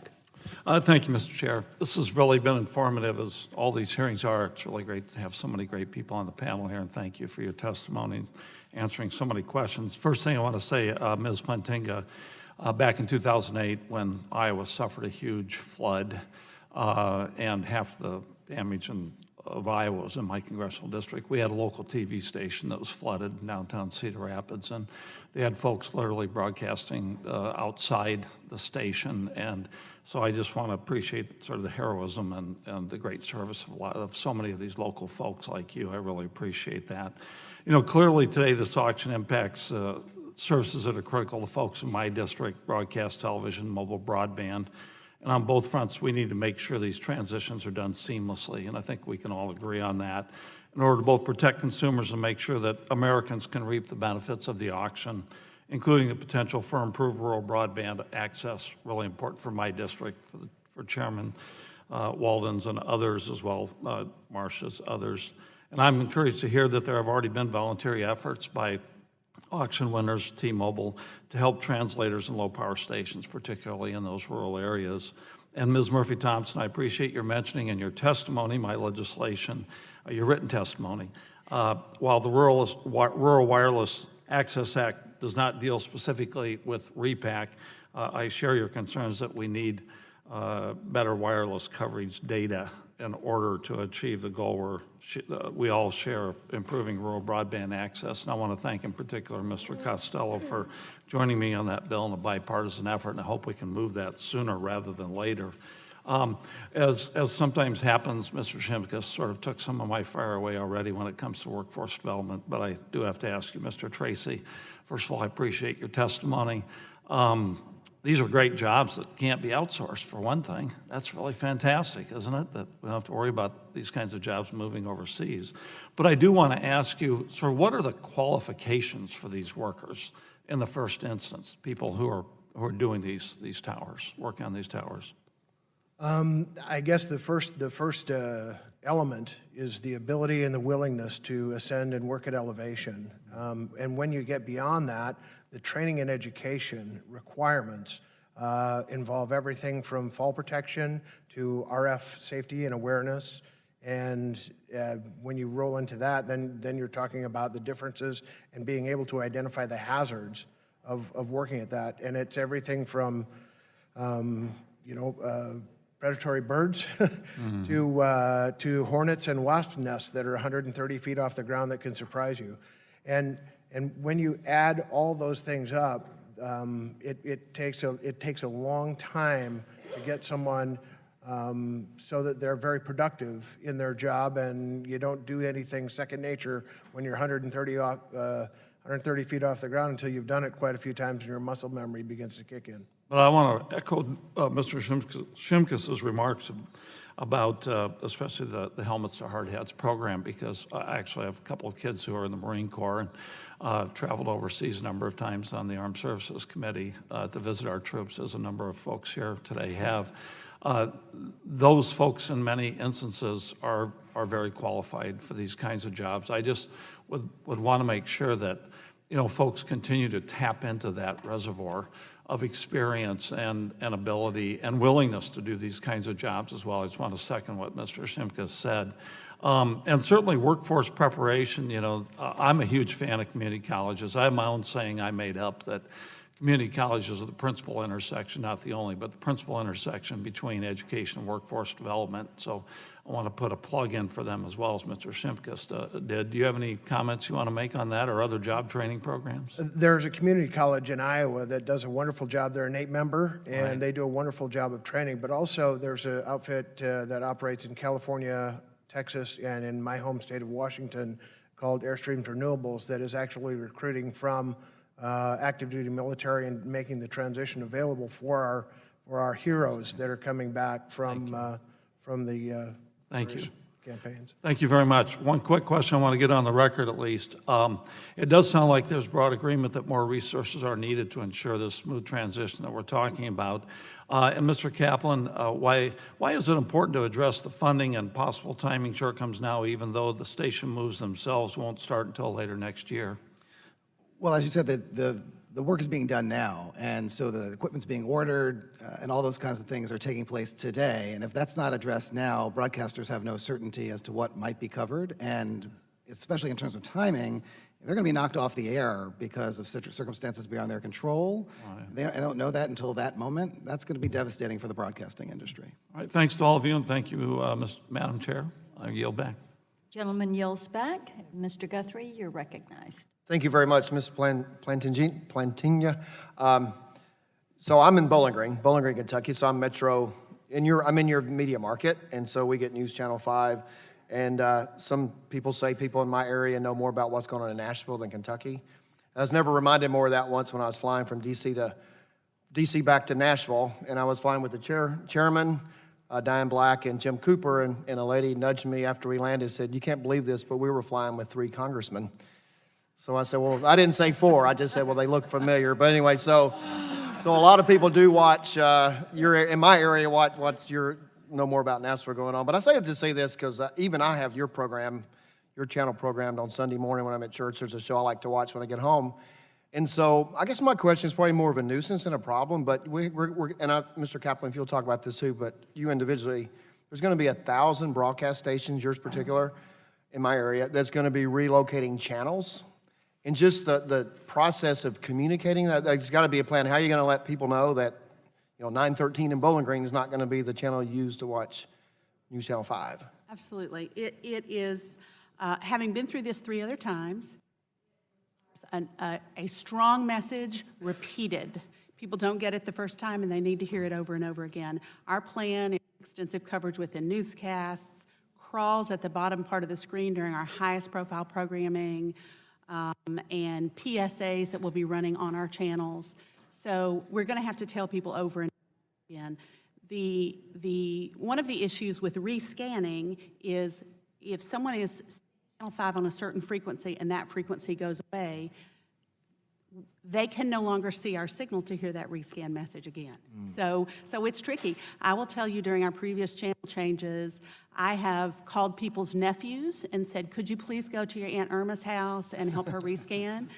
I have literally been in people's homes. I've gone to homes with our chief engineer in Middle Tennessee and walked into their living rooms and helped them rescan, because our motto is leave no home behind. We don't want anybody to lose the broadcast signals that we value, but it is a challenge. The communication piece is challenging, and the pre-communication piece with the digital transition had everybody going at once and a lot of money being spent for a national message as well as our local message. So maybe you should get one of your world-famous weather persons to give a public service announcement. Oprah Winfrey started on your channel. So yes, she as did. the weather, yeah. Yes, she did. So, Mr. Kaplan, I assume all the other stations are going through the same? Yeah, they are, and I echo that. And one interesting thing here is that I went through this working for the FCC in 2009 during the DTV transition, and was actually on the phone with a number of members of Congress who were trying to get their TVs rescanned as well, on the Senate side. Of course. No consumer is going to know tomorrow if their wireless carrier has 10 less megahertz of spectrum. But they will know if their television station, they can't receive their television station. And that's a key thing here. Not that wireless isn't incredibly important, but in the timeliness of all of this, that's something to keep in mind. Okay, thanks. And I want to get some, Mr. Tracy, actually stuff you don't think about when you're doing timelines. The FAA bill is kind of in limp status right now. It's not moving forward. And I know there's some requirements for towers in the FAA bill for marking and different things that you have to do. How does the fact that that's not passed yet and in place, and you know exactly what you need to do, affecting your ability to repack and do what you need to do to a tower? Is that interfering at all, resources or timing? Does that have anything to do with what's going on here? Well, in terms of planning and logistics, it's tough to prepare for a job if you don't know what's coming. And we do know that 5G is coming. We don't really know when, but we know that the rollout is coming sooner rather than later. We know that FirstNet is under a pretty specific time constraint, and we're going to be actively participating in that. But here again, When you add all these things together and you talk about the perfect storm for the wireless worker, now, 'Cause you're adding the we have a lot of marketing and people the- that we still have to train because our workforce is too small right now, and recruiting is an issue in virtually any business. But when you have to add the physical nature of what we do to the technical nature where you have to log on to a laptop, there's a lot of skill sets that really come into play. So about a half a minute, so now I'll ask another question. But Mr. Kaplan or Mr. Bergman, you want to talk about what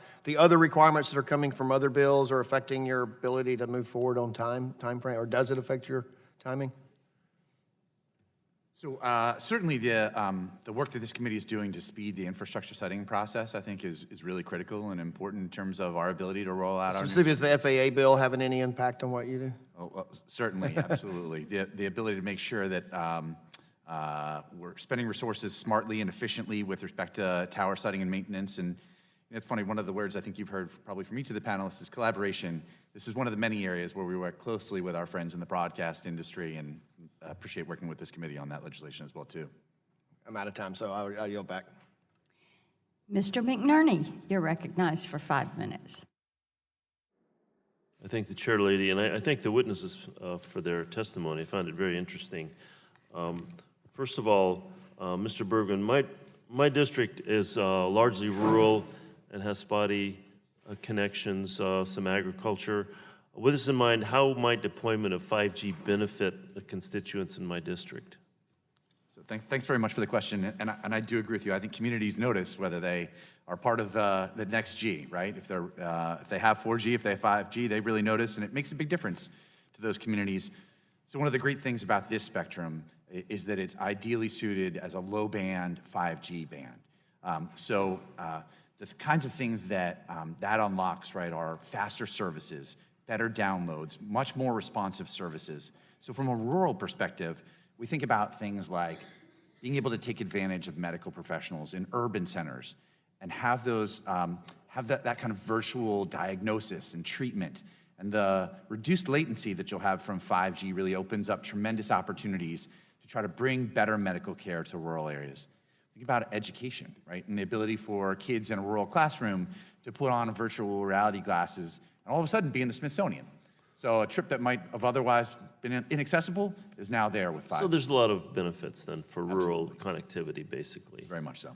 Considering my concern about the Sinclair Tribune merger, what interest does Sinclair have in the ATSC 3.0?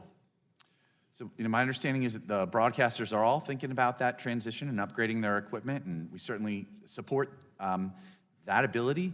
But we think it's really critical that a transition to ATSC 3.0 not slow down that transition. And again, we certainly hope that every broadcaster will be doing everything that it can to make sure we stick within that transition. Thank you. Ms. Murphy-Thompson, has Sinclair taken any other steps that would cause delays in the repacking process? As I've already noted, they have taken several steps, including delaying the outset of the incentive auction and also creating additional market power that would enhance their reluctance to comply with this. And the vertical market power that they would possess post-transaction would have a significant impact on the transition. And if I could just for a second comment on what Mr. Bergman said, I agree.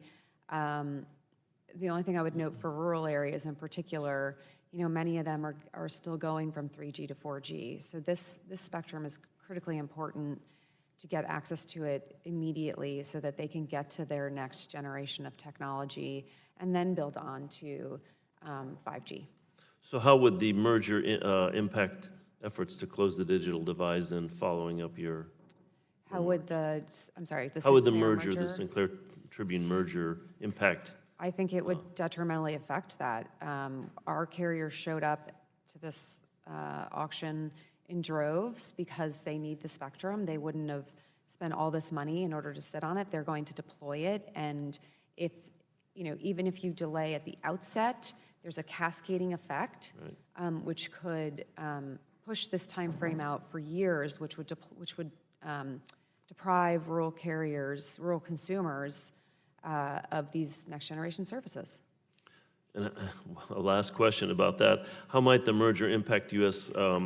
competitiveness in the global rush to 5G? Yeah, it's the same answer, frankly. I mean, this spectrum is the baseline foundation to build on 5G. And yes, some of it will be used for 5G, but it's the foundation layer. And without being able to connect, you're not going to be able to use the remote patient monitoring that Mr. Bergman talked about. So if we want to lead the race to 5G, we need to unleash this 600 megahertz band spectrum in the time frame that it was allotted. Thank you. Mr. Kaplan, are you confident that no broadcaster will go dark as a result of the transition to 3.0? As a result of the transition to next-gen television, absolutely not. All we'll do is enhance service. It's our version of 5G, and we're extremely excited about what it can do for consumers. So there won't be any delays or any broadcasters going dark then? No, there will be no delays as a result of next-generation television, correct? Right, 3.0, ASD. Yes, sorry, so what we call next-gen television, ATSC 3.0, should have no bearing whatsoever on the repack. All right, I'm going to be out of time, but I was going to ask you about broadcasters currently taking to protect themselves from cyber attacks, but I'll have to let that question go. The gentleman can submit that for the record as he yields back, and we will submit that to you for later. Mr. Kinzinger, you're recognized. Well, thank you, Madam Chair. Thank you for yielding and for holding the important hearing today, and for all of you for being here. Really appreciated. The incentive auction has proven to be a unique and innovative way to bring additional spectrum to the broadband market and additional revenues to the federal government. We're all invested in ensuring that it remains successful and can serve as a model for future allocations of spectrum or anything else we want to go about that way. But I'm equally concerned that the local broadcasters, many of whom are being asked to move channels to make all of this work, are treated fairly and that no consumer is harmed in the process. So, Mr. Kaplan, you mentioned in your testimony that NAB is not proposing a new repacking deadline or an open-ended extension of the FCC's 39-month repacking window. But you did say that Congress should act to make it clear that no individual station should go off the air or have significant reduction in service if, in fact, circumstances outside its control prevent its timely transition. The FCC already has the authority to grant deadline extensions on a case-by-case basis upon reviewing the circumstances and the variables that are outside of the control of the broadcaster. Variables including inclement weather, crew shortages, zoning issues, and other matters that may affect the earnest efforts of the broadcasters. Can you please explain in greater detail what you believe Congress should actually do to provide this leeway? In other words, what sort of language or guarantee are you proposing that we enact? And please be as precise as you can. Sure, thank you for the question. And yes, there's actually various bills out there already with the language that would do exactly what we'd like to do. And I'm glad you reiterated what I said in my testimony, which is this should be a fairly easy problem to solve in that it's not a debate over whether 39 months is the correct number of months. It's really just that safety valve as to if you are unable to transition due to circumstances outside of your control, you should not be penalized. And I think we can all agree on that. The FCC has said that it does not intend to grant waivers if it affects the overall transition. So that's kind of cammed us in already. And if you look at News Channel 5's circumstance where they're moving to another channel with someone on it, so they have to move, and then their channel, once they vacate, is going to have someone else move on to it, you can see how that, obviously, one move affects the other. So Congress is important in this process because the FCC really looks to this committee to give it its direction. And so making that statement that no station should go dark or have a significant loss in service due to circumstances beyond its control, that would help us greatly at this point. So you think just basically making the statement and having the hearings is I think legislation is incredibly important, paired with legislation, as we've all agreed here, except for the one abstention, that there should be more money in the fund. Roger. All right, Mr. Bergman, as you know, there's millions of our constituents across the country that are going to be affected by this transition. Ideally, everything will go off without a hitch, and at the end of the process, everybody will have equal or better access to television broadcasting. More people will have access to broadband in rural areas, and eventually everyone will have a much faster internet speed. It may be a bit optimistic to think that everything will go off without a hitch, but we're holding out hope. But to reach the end goals, everyone's going to need to work together. So as you mentioned today in your testimony, there are authorities at the FCC to make some deadline extensions on a case-by-case basis. We don't yet know if there'll be any such issues, but if they arise sometime down the road, are you and your member companies prepared to deal with it? And if so, could you please describe how you see that situation unfolding in a productive and collaborative manner? So thanks, Congressman, very much for the question. So, we absolutely hope and expect that we're going to be rolling out services, and we're seeing that before 39 months, right? Just within 2 months of the auction, we see our member companies rolling out services. So I think a lot of what we're trying to do is think about how this process plays out over time. And the FCC has put together, I think, a very thoughtful transition plan that's based on 10 phases. So we try to chunk, the challenges up as we go. But as you mentioned, they've also built in some backup plans and the ability to grant waivers. And I think you talked a little bit about those the sort of touchstone, right, or unforeseeable circumstances or events that are beyond the station's control. So we think the FCC very much has the authority to address those kinds of issues as they come up. And I would completely agree with, again, my friends in the broadcast industry. We're really confident that Chairman Pai and the commissioners are focused on this task. They've all come here and said, and I know you've asked before, so I know you care deeply about this issue. They've all said that no station will go dark. And so I think we're confident that the FCC has the authority, has the ability, has the willingness to make sure there's a smooth transition. Well, thank you, and thank you for everybody. I want to quickly say we've made it clear that broadcasters will be made whole throughout this whole process. I intend to work with my colleagues to ensure that we uphold our end of the bargain. And I appreciate both sides for really engaging in this incredible undertaking, because this is massive and complicated and very much appreciated. I think at the end of the day, it all works out well. So with that, Madam Chair, I'll yield back. Gentleman yields back, and Ms. Eshu, you're recognized for 5 minutes. Thank you, Madam Chairwoman. This is an important hearing, and it's timely because of the challenges of the hurricanes, and it certainly casts a spotlight on what broadcasters do, how the American people depend on broadcasting in our country, and of course, all the issues that are attendant to the auction and what's moving forward. So thank you for the wonderful testimony that each one of you have given. I love hearings because I always learn so much from the people that come here to be instructive to us. First, my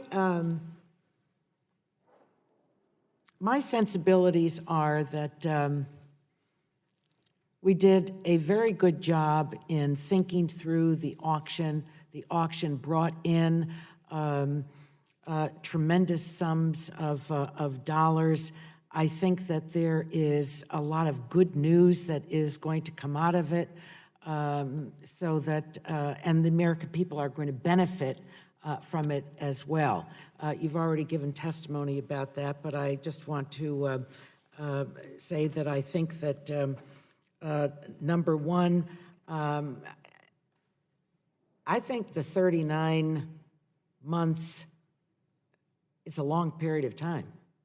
And while I understand that we're all sensitive about what can happen, and our sensitivities are at an all-time high now because of Harvey and Irma and all that's going on, I don't think there was anyone that objected in the beginning that 39 months was an insufficient time frame to accomplish what needed to be accomplished. So I think the case that's been made relative to the dollars that are needed in order to make the transition is a case that the Congress has to pay very close attention to.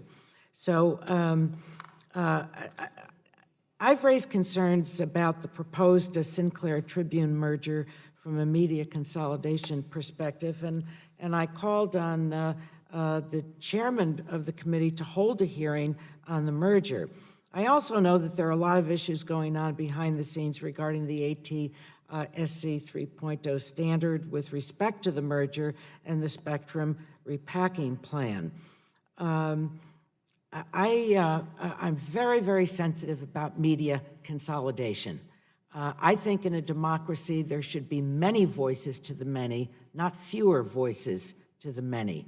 And so I'm very concerned about that, and I I still think that we should be examining that with a hearing. We also know that the spectrum is critical for the deployment of wireless broadband in our country and service in rural areas and within buildings. So I want to ask some questions about that. First, going to Ms. Thompson, do you think the issues surrounding the ATSC 3.0 standard further justify the need for a hearing here? Or you can say just yes or no. Yes, Or absolutely. why? Briefly. Because I think, as I said earlier, that this transaction supports only Sinclair and Tribune, which is why nobody else supports it. And in particular, oversight over this will provide a lot of further detail about what they intend to do, including information about ATSC3. Thank you. Brought out. On the issue of the critical deployment of wireless broadband, especially in rural areas and within buildings, how important do you think this repacking plan is for the future deployment of next-gen 911 services and the ability of individuals in rural areas and in buildings to make 911 calls from their mobile devices? Sure, and if I could, just first thank you for being the co-chair of the NG91 caucus. As a board member, I really appreciate all the work you've done there. Thank you. A lot And of Mr. what we- Shimkus. Yes, Mr. Shimkus Yes. as well, and other members of the Right. committee. And I think a lot of this comes back to public safety, a lot of what we talked about here today. And, I think that you hope you never have to call 911, but when you do, you want it to connect. And this spectrum in particular provides excellent propagation characteristics to travel far distance in rural areas, which means that rural consumers will be able to connect to public safety emergency personnel, as we've seen in collaboration with the broadcasters during Hurricane Harvey. I just want to do a shout out to Mr. Butler. I think that public broadcasting is a national treasure, an absolute national treasure. Thank you, ma'am. I'm a big fan. I can't imagine my life without public broadcasting. It's where I receive my news. I trust that, and its examination, and again, a gift to the American people that keeps on giving. Thank you. Gentlelady yields back. Mr. Bilirakis, you're recognized for 5 minutes. Thank you, Madam Chairman. I appreciate it. I thank the panel for their testimony this morning. I guess it's almost afternoon. Mr. Bergman, the Spectrum Act does not allow low-power television and translator stations to receive relocation funds. I understand that some of the members of the CTIA have committed resources to help these stations during the repacking process to advance a timely transition.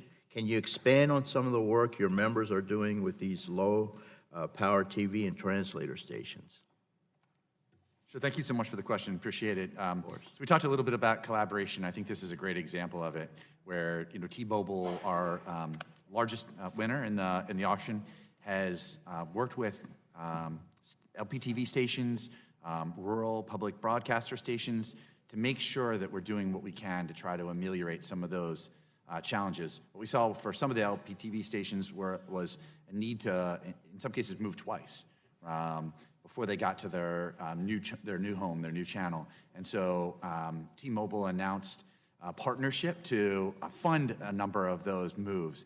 So I think my colleague, Mr. Butler, did a great job talking about, from the public broadcaster standpoint, the opportunity to make sure that 380 plus translators are facilitated, and I think you'll see more of that.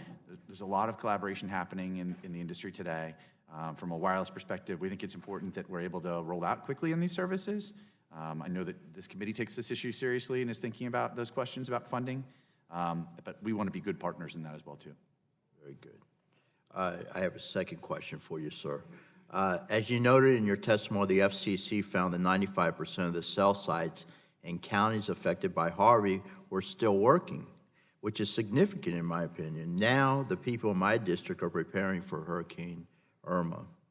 In years ahead, with carriers developing new uses for spectrum previously used by broadcasters, what potential advantages will users have to do that do not currently exist?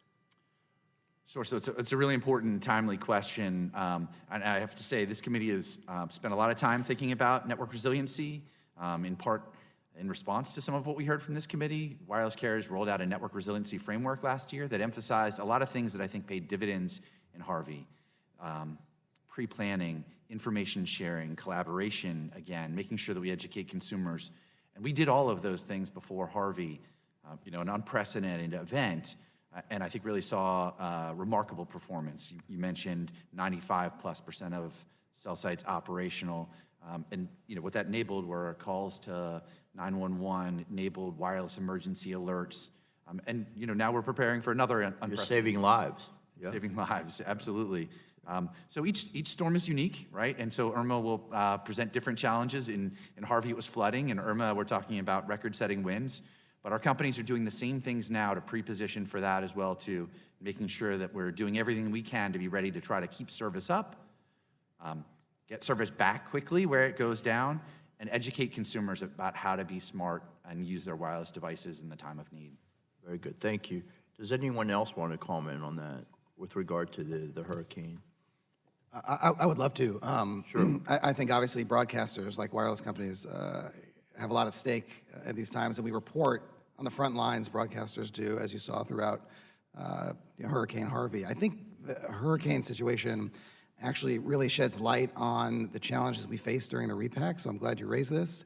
If you think about it, in phase 1 of the repack, 3 stations in Beaumont, Texas are scheduled to move. In phase 2, 6 months later, another 8 stations are set to move. If we were just upon that deadline, what would we do? At the moment, the FCC rule says you're off the air, sorry. And so that's why we're before this committee to say, hey, there's a sane way to do this. We can all work together. We don't have to adjust the entire time frame, but in these circumstances, beyond their control, there should be a safety valve that we understand, because literally those stations could have to go off the air during hurricane coverage, according to FCC rules. So it is very important. And the hurricanes, it shouldn't take that for us to realize it, but I do think that sheds light on this very important problem. Oh, thank you very much. I yield back, Madam Chair. Appreciate it. Gentleman yields back. Ms. Matsui, you're recognized for 5 minutes. Thank you very much, and I really want to thank the witnesses for being here today. This has been very enlightening. Thank you so much. Many of my questions have already been asked already, so let me ask something that probably hasn't been asked yet. We've seen the critical role that local radio stations play in times of severe weather, and sadly, it'll probably be called upon later on in Chicago this week. My understanding is that many radio stations have transmitters on the same towers as TV stations and will have no choice but to turn off their signals and possibly erect new auxiliary transmitters in order to continue serving local listeners during the time when tower crews are working on impacted TV stations. Mr. Kaplan, does the FCC have authority under existing law to reimburse radio stations for the costs they may necessarily incur as a consequence of the repacking of the TV broadcast spectrum? And should Congress fix this problem by making funds available to impact the radio stations, just as we're making funds available to TV stations? Thank you for the question. First, the law, the Spectrum Act, is very clear that only TV licensees are eligible for the funds under the current law. And to your second question, yes, Congress should make those funds available. Radio stations are innocent bystanders in this process. And what happens is they have to power down so that work can be done to towers when they're co-located. And there are almost 700 radio stations, FM stations, that are affected. Right, thank you. We've heard some discussion today regarding the potential consumer education that would be necessary during the repack. And Mr. Butler, I'm also a fan of public television, having been a chairman of the board of one of them in Sacramento. Yeah. And so it's been with interest I've been following what's been happening. But can you speak about the particular challenges to public broadcasters in making sure viewers can find their stations during and after the repack? Yes, ma'am.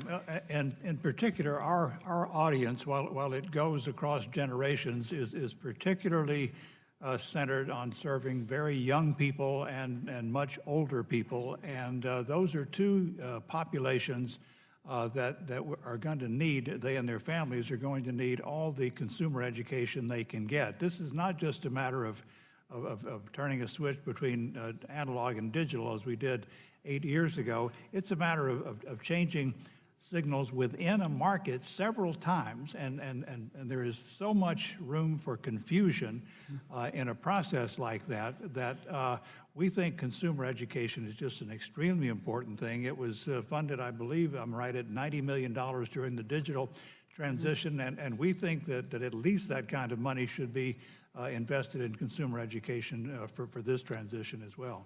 Okay, thank you. And I want to, as I've indicated, I'm very sympathetic to concern that broadcasters have about circumstances like weather that may affect their ability to transition in time. However, I'm not sympathetic to any intentional delays or gaming of the system. I'm also concerned that if the Sinclair merger goes through, Sinclair will have significant incentive to slow walk the transition. Mr. Kaplan, what safeguards are we putting in place to ensure that the transition is not unnecessarily delayed? Thank you for the question. I think that the safeguards are already in place with deadlines and timelines enforced by the FCC that we understand and agree to. There is really no room for a broadcaster to drag their feet. And what we're looking for today is just the safeguards that if something's beyond your control, so the circumstance you described, I would not imagine would be included, that's what we're looking to have covered. And I think, in particular, that broadcasters like to work collaboratively with the wireless industry. With your leadership, we work with the Department of Defense to help clear the AWS-3 spectrum that led to the most successful auction of all time. All right, well, thank you very much, and I yield back. Gentlelady yields back. Mr. Long, you're recognized for 5 minutes. Thank you, Madam Chair. And Mr. Bergman, do you believe that the 39-month date played a role in how much wireless carriers paid for the spectrum during the incentive auction? Very much, Congressman. When they get access to spectrum is a critical part of how they decide what they should bid. When we're talking about bids of $20 billion, again, imagine purchasing JetBlue and realizing that you're going to have to then wait for more than 3 years. Are you talking about the JetBlue that's not going to charge anybody more than $99 to fly out of Florida this week? I had to get a little plug in there for you. Right, so you want to be able to use it when you need it, right? Right. So very much. Are you concerned that if Congress changed the date, that it could have an impact on the success of future auctions? So we are. When companies make investments of this size, it's predicated on the ability to use that spectrum. So we do think that if government is changing the rules afterwards and you don't get access to it at the same time, they'll discount that in their bids the next time. And I think what that means is lower prices for bidding and potentially in two-sided auctions, less spectrum cleared. So from a perspective of the economy, right, that's not a good thing, right? I think we know every time we make available spectrum, wireless providers invest, wireless providers create jobs, wireless providers bring new services to communities. And so the less spectrum that we bring to market, I think overall as a country, we're harmed. And then I know certainly from this committee's perspective, the ability to raise money, it can be very helpful. The 2012 Spectrum Act raised over $60 billion, right? Enabled the rollout of FirstNet. Just from this last auction, $7 billion alone went to deficit reduction.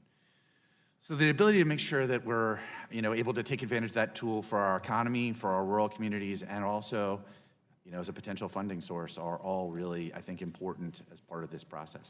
Congressman Long, may I quickly address one comment that was made? Earlier in the hearing, we heard, I just want to make sure we're all on the same page here. The Spectrum Act itself never set a deadline for repacking. Congress did not address that issue. It left it to the FCC to address. The FCC then went ahead and adopted the 39-month deadline. And by the way, which is still, there were 31 petitions for reconsideration filed during the early stages of the auction about various things in the auction. 30 of them are closed. Only one remained open throughout the auction period, and that was the deadline. And to this day, 39 months is still an open question at the FCC. So I just want to be clear that auction bidders walking Right, into yeah. this process, and Okay, that Congress thank didn't set the deadline. My next question is for Colonel Tracy. Colonel, that's correct, isn't it? You are a colonel. No, sir. You're not an auctioneer. Not yet, sir. I attend the Western School of Auctioneering later this month. Oh, okay. Well, you will soon be a colonel. Because Sir, yes, all sir. auctioneers are colonels anywhere you go. If you ever go to an auction, don't know the guy's name, you say, hey, Colonel, he'll answer you. So I thought you'd already graduated from auction school. In advance, I thank you, sir. As one colonel to another. As carriers move to deploy the new 5G technologies, how will the tower industry respond to needs from both broadcasters and carrier communities? Wow, that's a huge question. As a member of CTIA and with great friends at the broadcasting, we're kind of caught in the middle of any argument that happens between dollars and time. That's why I said it was way over my pay grade to comment on how much it was going to cost. I'm a simple tower guy, and I can tell you that we have a math problem. And the math problem involves training enough workers to get up on a tower where a lot of people, frankly, don't want to be, and getting the work done with quality and safety as our top priorities. So if I look at the math problem, I would say that if there's any place that this math problem can be solved, it's in the United States of America. I trust our workforce more than I trust any other one, any place in the world. And especially with we talked about our former military coming in. These folks, if anybody can get it done and solve this math problem, it's the people in the wireless community. Thank you. And Madam Chair, I hold in my hot little hands something for cell phone users to celebrate. The FCC's Airwaves auction provides a much-needed boost to Main Street. This is something I'd like to submit. It's an op-ed by former Energy and Commerce Committee Chairman, Communications and Technology Subcommittee Chairman Billy Towson, congratulating Congress and celebrating the advanced mobile services that will soon be deployed to places that either lack competition in high-speed wireless marketplace or don't have it at all. And with that, So I ordered. yield back. Gentleman yields back. Mr. Welch, 5 minutes. Thank you, Madam Chair. First of all, I want to thank the panel. It's been a really good panel. Bottom line here, we want to make sure the broadcasters have a good signal, and we want to get the benefit of deployment of broadband in rural areas. That's a really, really important issue for rural America, which is most of America. Mr. Kaplan, I support Ranking Member Pallone's bill to provide additional funds so that the broadcasters they're held harmless during the repack process. But I'd ask you, you've done this a bit already, but can you elaborate on what the broadcasters need to ensure the smoothest repack possible and to ensure that viewers are not left in the dark for any period of time after the repack? Sure, we need two things, which is money and time. And in terms of money, it's to be fully reimbursed because broadcasters, as I said, today are spending that money. They're putting in the orders, they need to do it. We've heard testimony about exactly the steps that are necessary to do these tower climbs, to have the antennas, transmitters, those types of things are critical. So Mr. Doyle asked everybody whether there is enough money, and everybody with one abstention said there isn't. What are we talking about in terms of money? And can you explain how you have come to a conclusion about what's needed? Sure. Well, in terms of, we could look to the FCC, so we've all submitted, broadcasters have submitted initial estimates that the FCC has looked through, and that came to over $2.1 billion. Also, we've heard today from members issues about radio, low-power television, and those things are enormously important for the ecosystem as well. So, we're in the neighborhood. We know it's going to be at least $2.1 billion, and it's probably going to go up a little bit, plus money for some other entities that are casualties in the process. Thanks, Mr. Kaplan.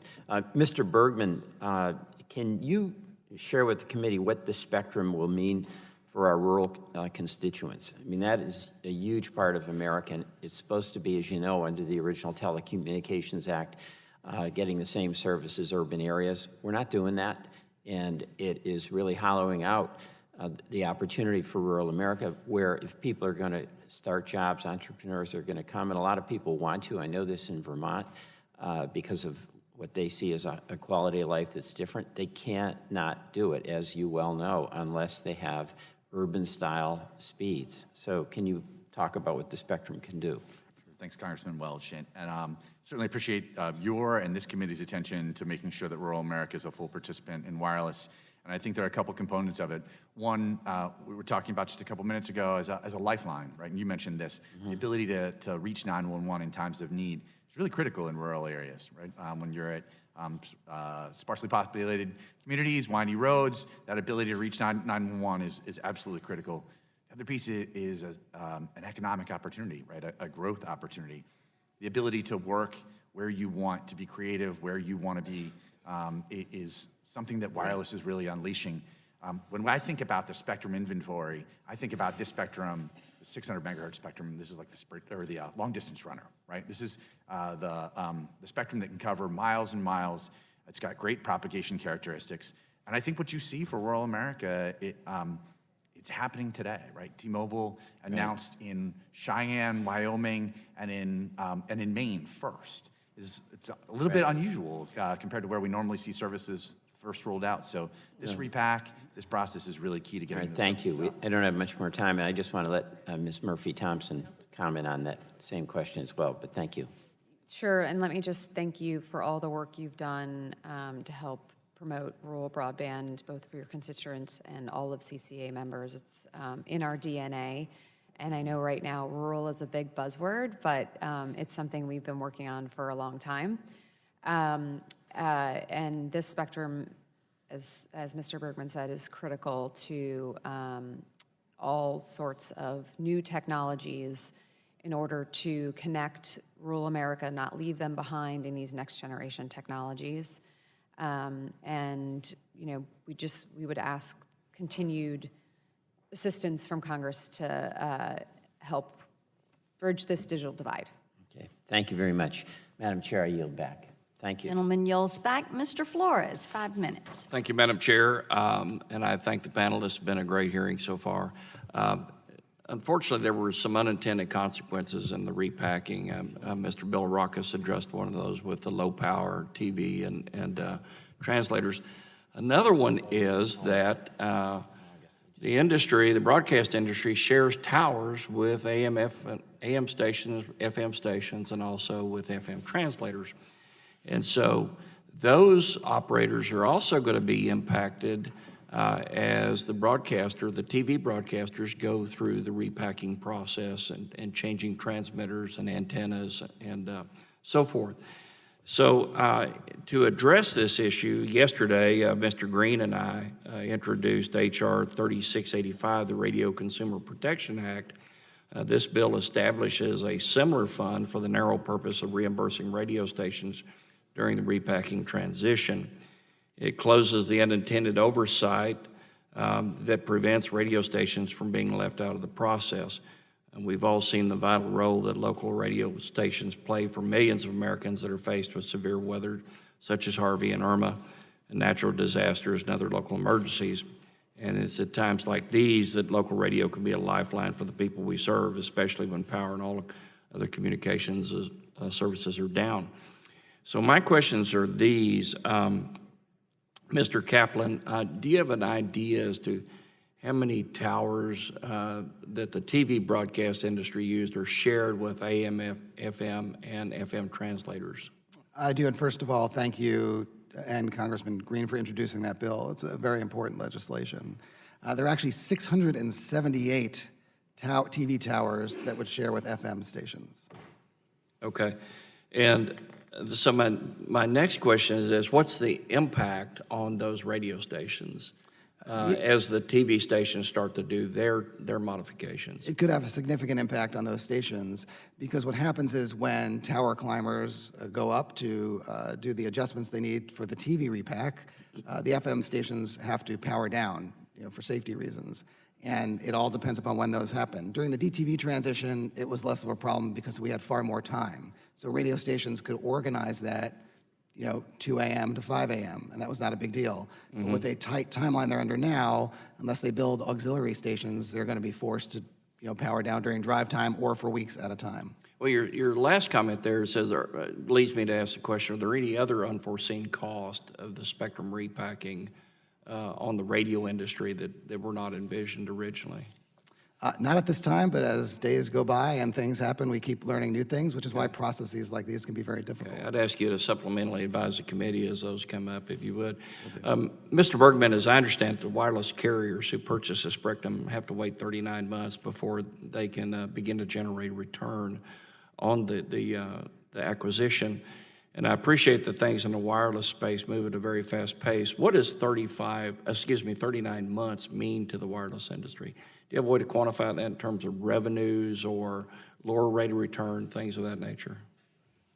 If you could do that quickly, I have a second question for you. Sure. So 39 months is an eternity in the wireless world.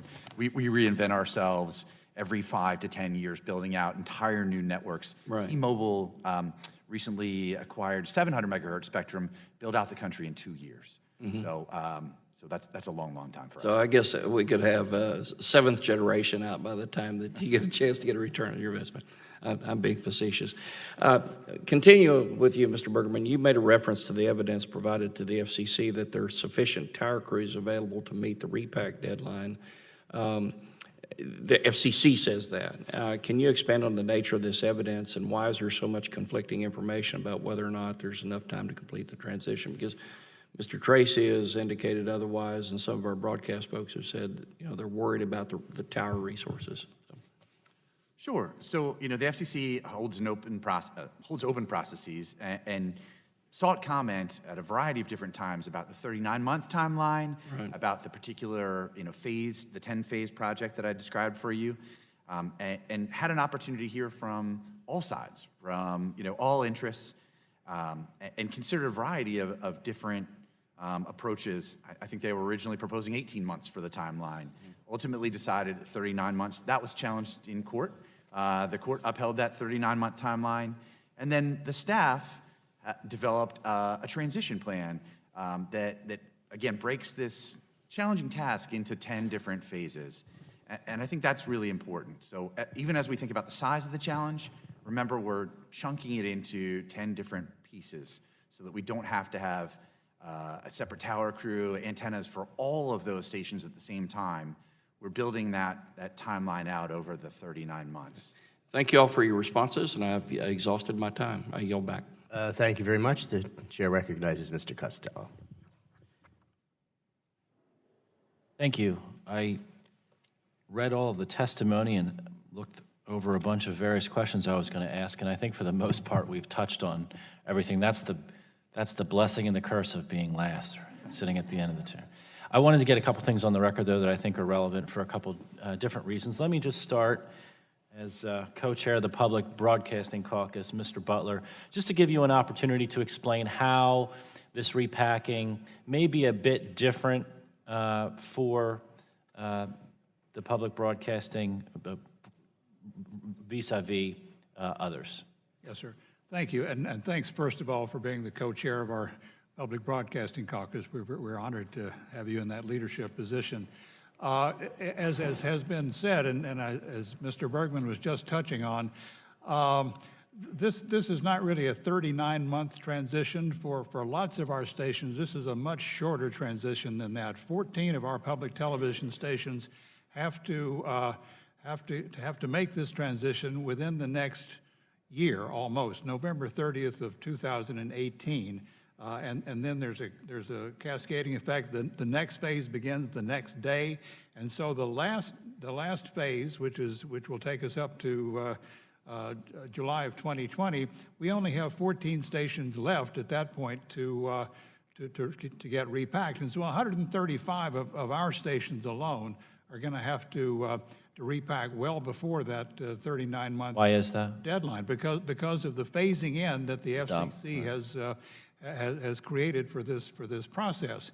And so it's I'm sorry, Congresswoman Eshoo is not here for me to be able to clarify that. 39 months is a long time, but a year is not a long time, and this is a cascading effect that's going to have a very serious effect on public broadcasters in particular because of the difficulty we have in attracting capital for such purposes. Thank you. Mr. Kaplan, in your written testimony, I want to read a paragraph, a couple sentences, give you an opportunity to respond, and any others to just unwind this a little bit, both from my understanding technically, which I think I know the answer to, as well as what some of the unforeseen implications may be and how they may have to be addressed, be it through the waiver process or otherwise.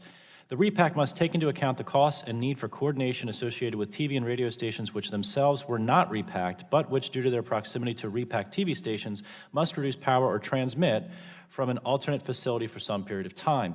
These stations' viewers and listeners should not be dismissed as collateral damage solely because the FCC's original repacking plan did not take them into consideration. Why, due to their proximity to repacked TV stations, must they reduce power or transmit? I think we know the answer to that, but if you could put that on the record.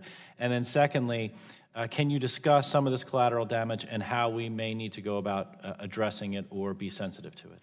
Great, thank you for the question. And I think this gets back to Congressman Flores' question earlier, which Yes. is that radio stations that share, and we have almost 700, that share towers with repacked TV stations aren't just going to continue to operate business as usual.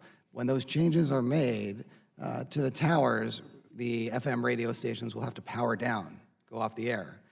If they don't have an auxiliary facility to accommodate that, they are literally going to be off the air. You'll get static. You won't hear your radio station. So, and that's for safety reasons, RF safety reasons. So that's critical that's addressed, and it can be done in two ways. Money is critical because if you have the ability to build an auxiliary station, then that can solve some of the problem. And time and flexibility. You said at the end of your remarks, I think that was exactly right, which is to be sensitive to. I think the issue to be sensitive to is the rushed transition, which we're all going to try and meet each and every deadline, does put pressure on those kind of situations because whereas you could power down at night during the DTV transition, because that's when the work can be done, we don't have that luxury if we're going to meet each of the 10 phases. Right. Mr. Butler, the APTS partnership with wireless industry to conduct a pilot project on spectrum sharing, just share your thoughts on how it was successful, how it may help your members, as well as any learning lessons. Yes, sir. Thank you. Among the most important lessons that we learned was the fact that we do have a substantial channel capacity, even in a channel sharing arrangement, so that both a public station, for example, and a commercial station could run a full complement of channels that they wish to run simultaneously. We also learned that the dynamic nature of this sharing is very important and conducive to a successful channel sharing arrangement. I had gotten, as a non-technologist, I had gone in thinking, well, we get 50% of the spectrum and you get 50%. Right. The fact is that it's dynamically shared, and whoever needs more at one given time can have it. And so our pilot program in Southern California proved what kind of equipment we need. Maybe more agility in there than one. Exactly right. Yes, sir. So that was very important, and we're very much indebted to our friends at CTIA for helping us to do that. Very good. Thank you. My time has expired. I appreciate all of your testimony. Yield back. Thank you very much. The chair recognizes Mr. Johnson. Thank you, Mr. Chairman, and thanks to our panelists. You know, this is a really, really important hearing. I represent a part of the country, Appalachia, that makes this such a critical issue. You know, I got 34 stations that broadcast in my district that are moving to new stations in 5 separate phases. But I've also got that rural Appalachian district where I've got a lot of carriers that have purchased new spectrum under the auction to help roll out broadband access and connectivity to a part of the country that's oftentimes long forgotten. So from my perspective, we got to figure out a win-win solution to this situation where both sides come away winning. You know, the broadcasters need to be able to successfully transmit without incurring undue cost or losing time. And in so many cases, they are the only communication that might be going out to a rural area, especially if you have bad weather or some kind of natural disaster come up. God forbid that we have something in Appalachia on the magnitude of Harvey, or what might be coming up the coast with Irma now. And also, the carriers need to be able to get a return on their investment and plan on how they're going to roll out these capabilities to Appalachia. So the hearing is very, very important because I wanted to hear the update from you folks on the repacking and any anticipated challenges and issues dealing with the any delay in the 39 months. So, Mr. Kaplan, to you, in your opinion, what needs to be done now to ensure that broadcasters are able to successfully meet the FCC's repacking deadlines while still enabling the carriers who are propelling new broadband services into Appalachia to stay on schedule? What do we need to do now? Well, thank you, Congressman. And I cannot frame the issue any better than you did, which is what is the win-win here? And there is a win-win here, which is why we're here, broadcasters, today, to say we're not debating in Congress the 39-month deadline. That's there. We're working with it. We're doing the best we can. What we're trying to find is that win-win. And so what we need today is two things. One is, and it seems like everyone's in agreement, the money to ensure that broadcasters are made whole, which was the original intention of the Spectrum Act. And the second thing is that safety net for stations who cannot move due to circumstances beyond their control. And right now, the FCC's rules don't allow for that. So that's what we're looking for. The aggressive deadlines are in place, so that's good. To your point about rolling out wireless services, getting them out to the people of Appalachia, that's critical. We have those deadlines, and I cannot tell you how seriously broadcasters are taking them. The planning has actually exceeded my expectations, having worked on this issue for quite some time. Right. And so I think with the money and then the safety valve, not a change in the 39 months, the safety valve, this is something we all should be able to come together on, and then we can move forward and meet those deadlines. Well, you know, the folks that I've talked to on both sides of the fence, both the broadcasters that I've met with in my district in Ohio, and by the way, not all of those broadcasters are in Ohio. If you look at my district, you know, half of them are in West Virginia and Kentucky, you know, so, I mean, we're all over the place. But, and then the carriers, what I'm impressed with is both sides being willing to be a part of the solution, and everybody acknowledging that we need a win-win here. So, you know, I hate to punt the ball over to the FCC, but I think they need to figure out how we're going to solve this problem. And I'm sure, knowing Chairman Pai and the new regime at the FCC, I know they're taking this very seriously because his wife is not too far from my district. I think, in fact, she may be on the northern end of my district. That's where she's from. So he gets the Appalachian issue. So I'm hopeful. I probably did more talking than asking questions. But, Mr. Chairman, I yield back. Thank you for your attention. Thank you very much, Mr. Johnson. Seeing there are no further members wishing to ask questions for the panel, I thank all of our witnesses for being here today. Before we conclude, I ask unanimous consent to enter the following letters into the record. A letter from Electronics Research Incorporated, a letter from the LPTV Spectrum Rights Coalition, a T-Mobile press release from Ms. Murray Thompson, and an op-ed offered by Mr. Long. Pursuant to committee rules, I remind members that they have 10 business days to submit additional questions for the record. And I ask that witnesses submit their responses within 10 business days upon receipt of the questions. Seeing no further business before the subcommittee today, without objection, the subcommittee is adjourned.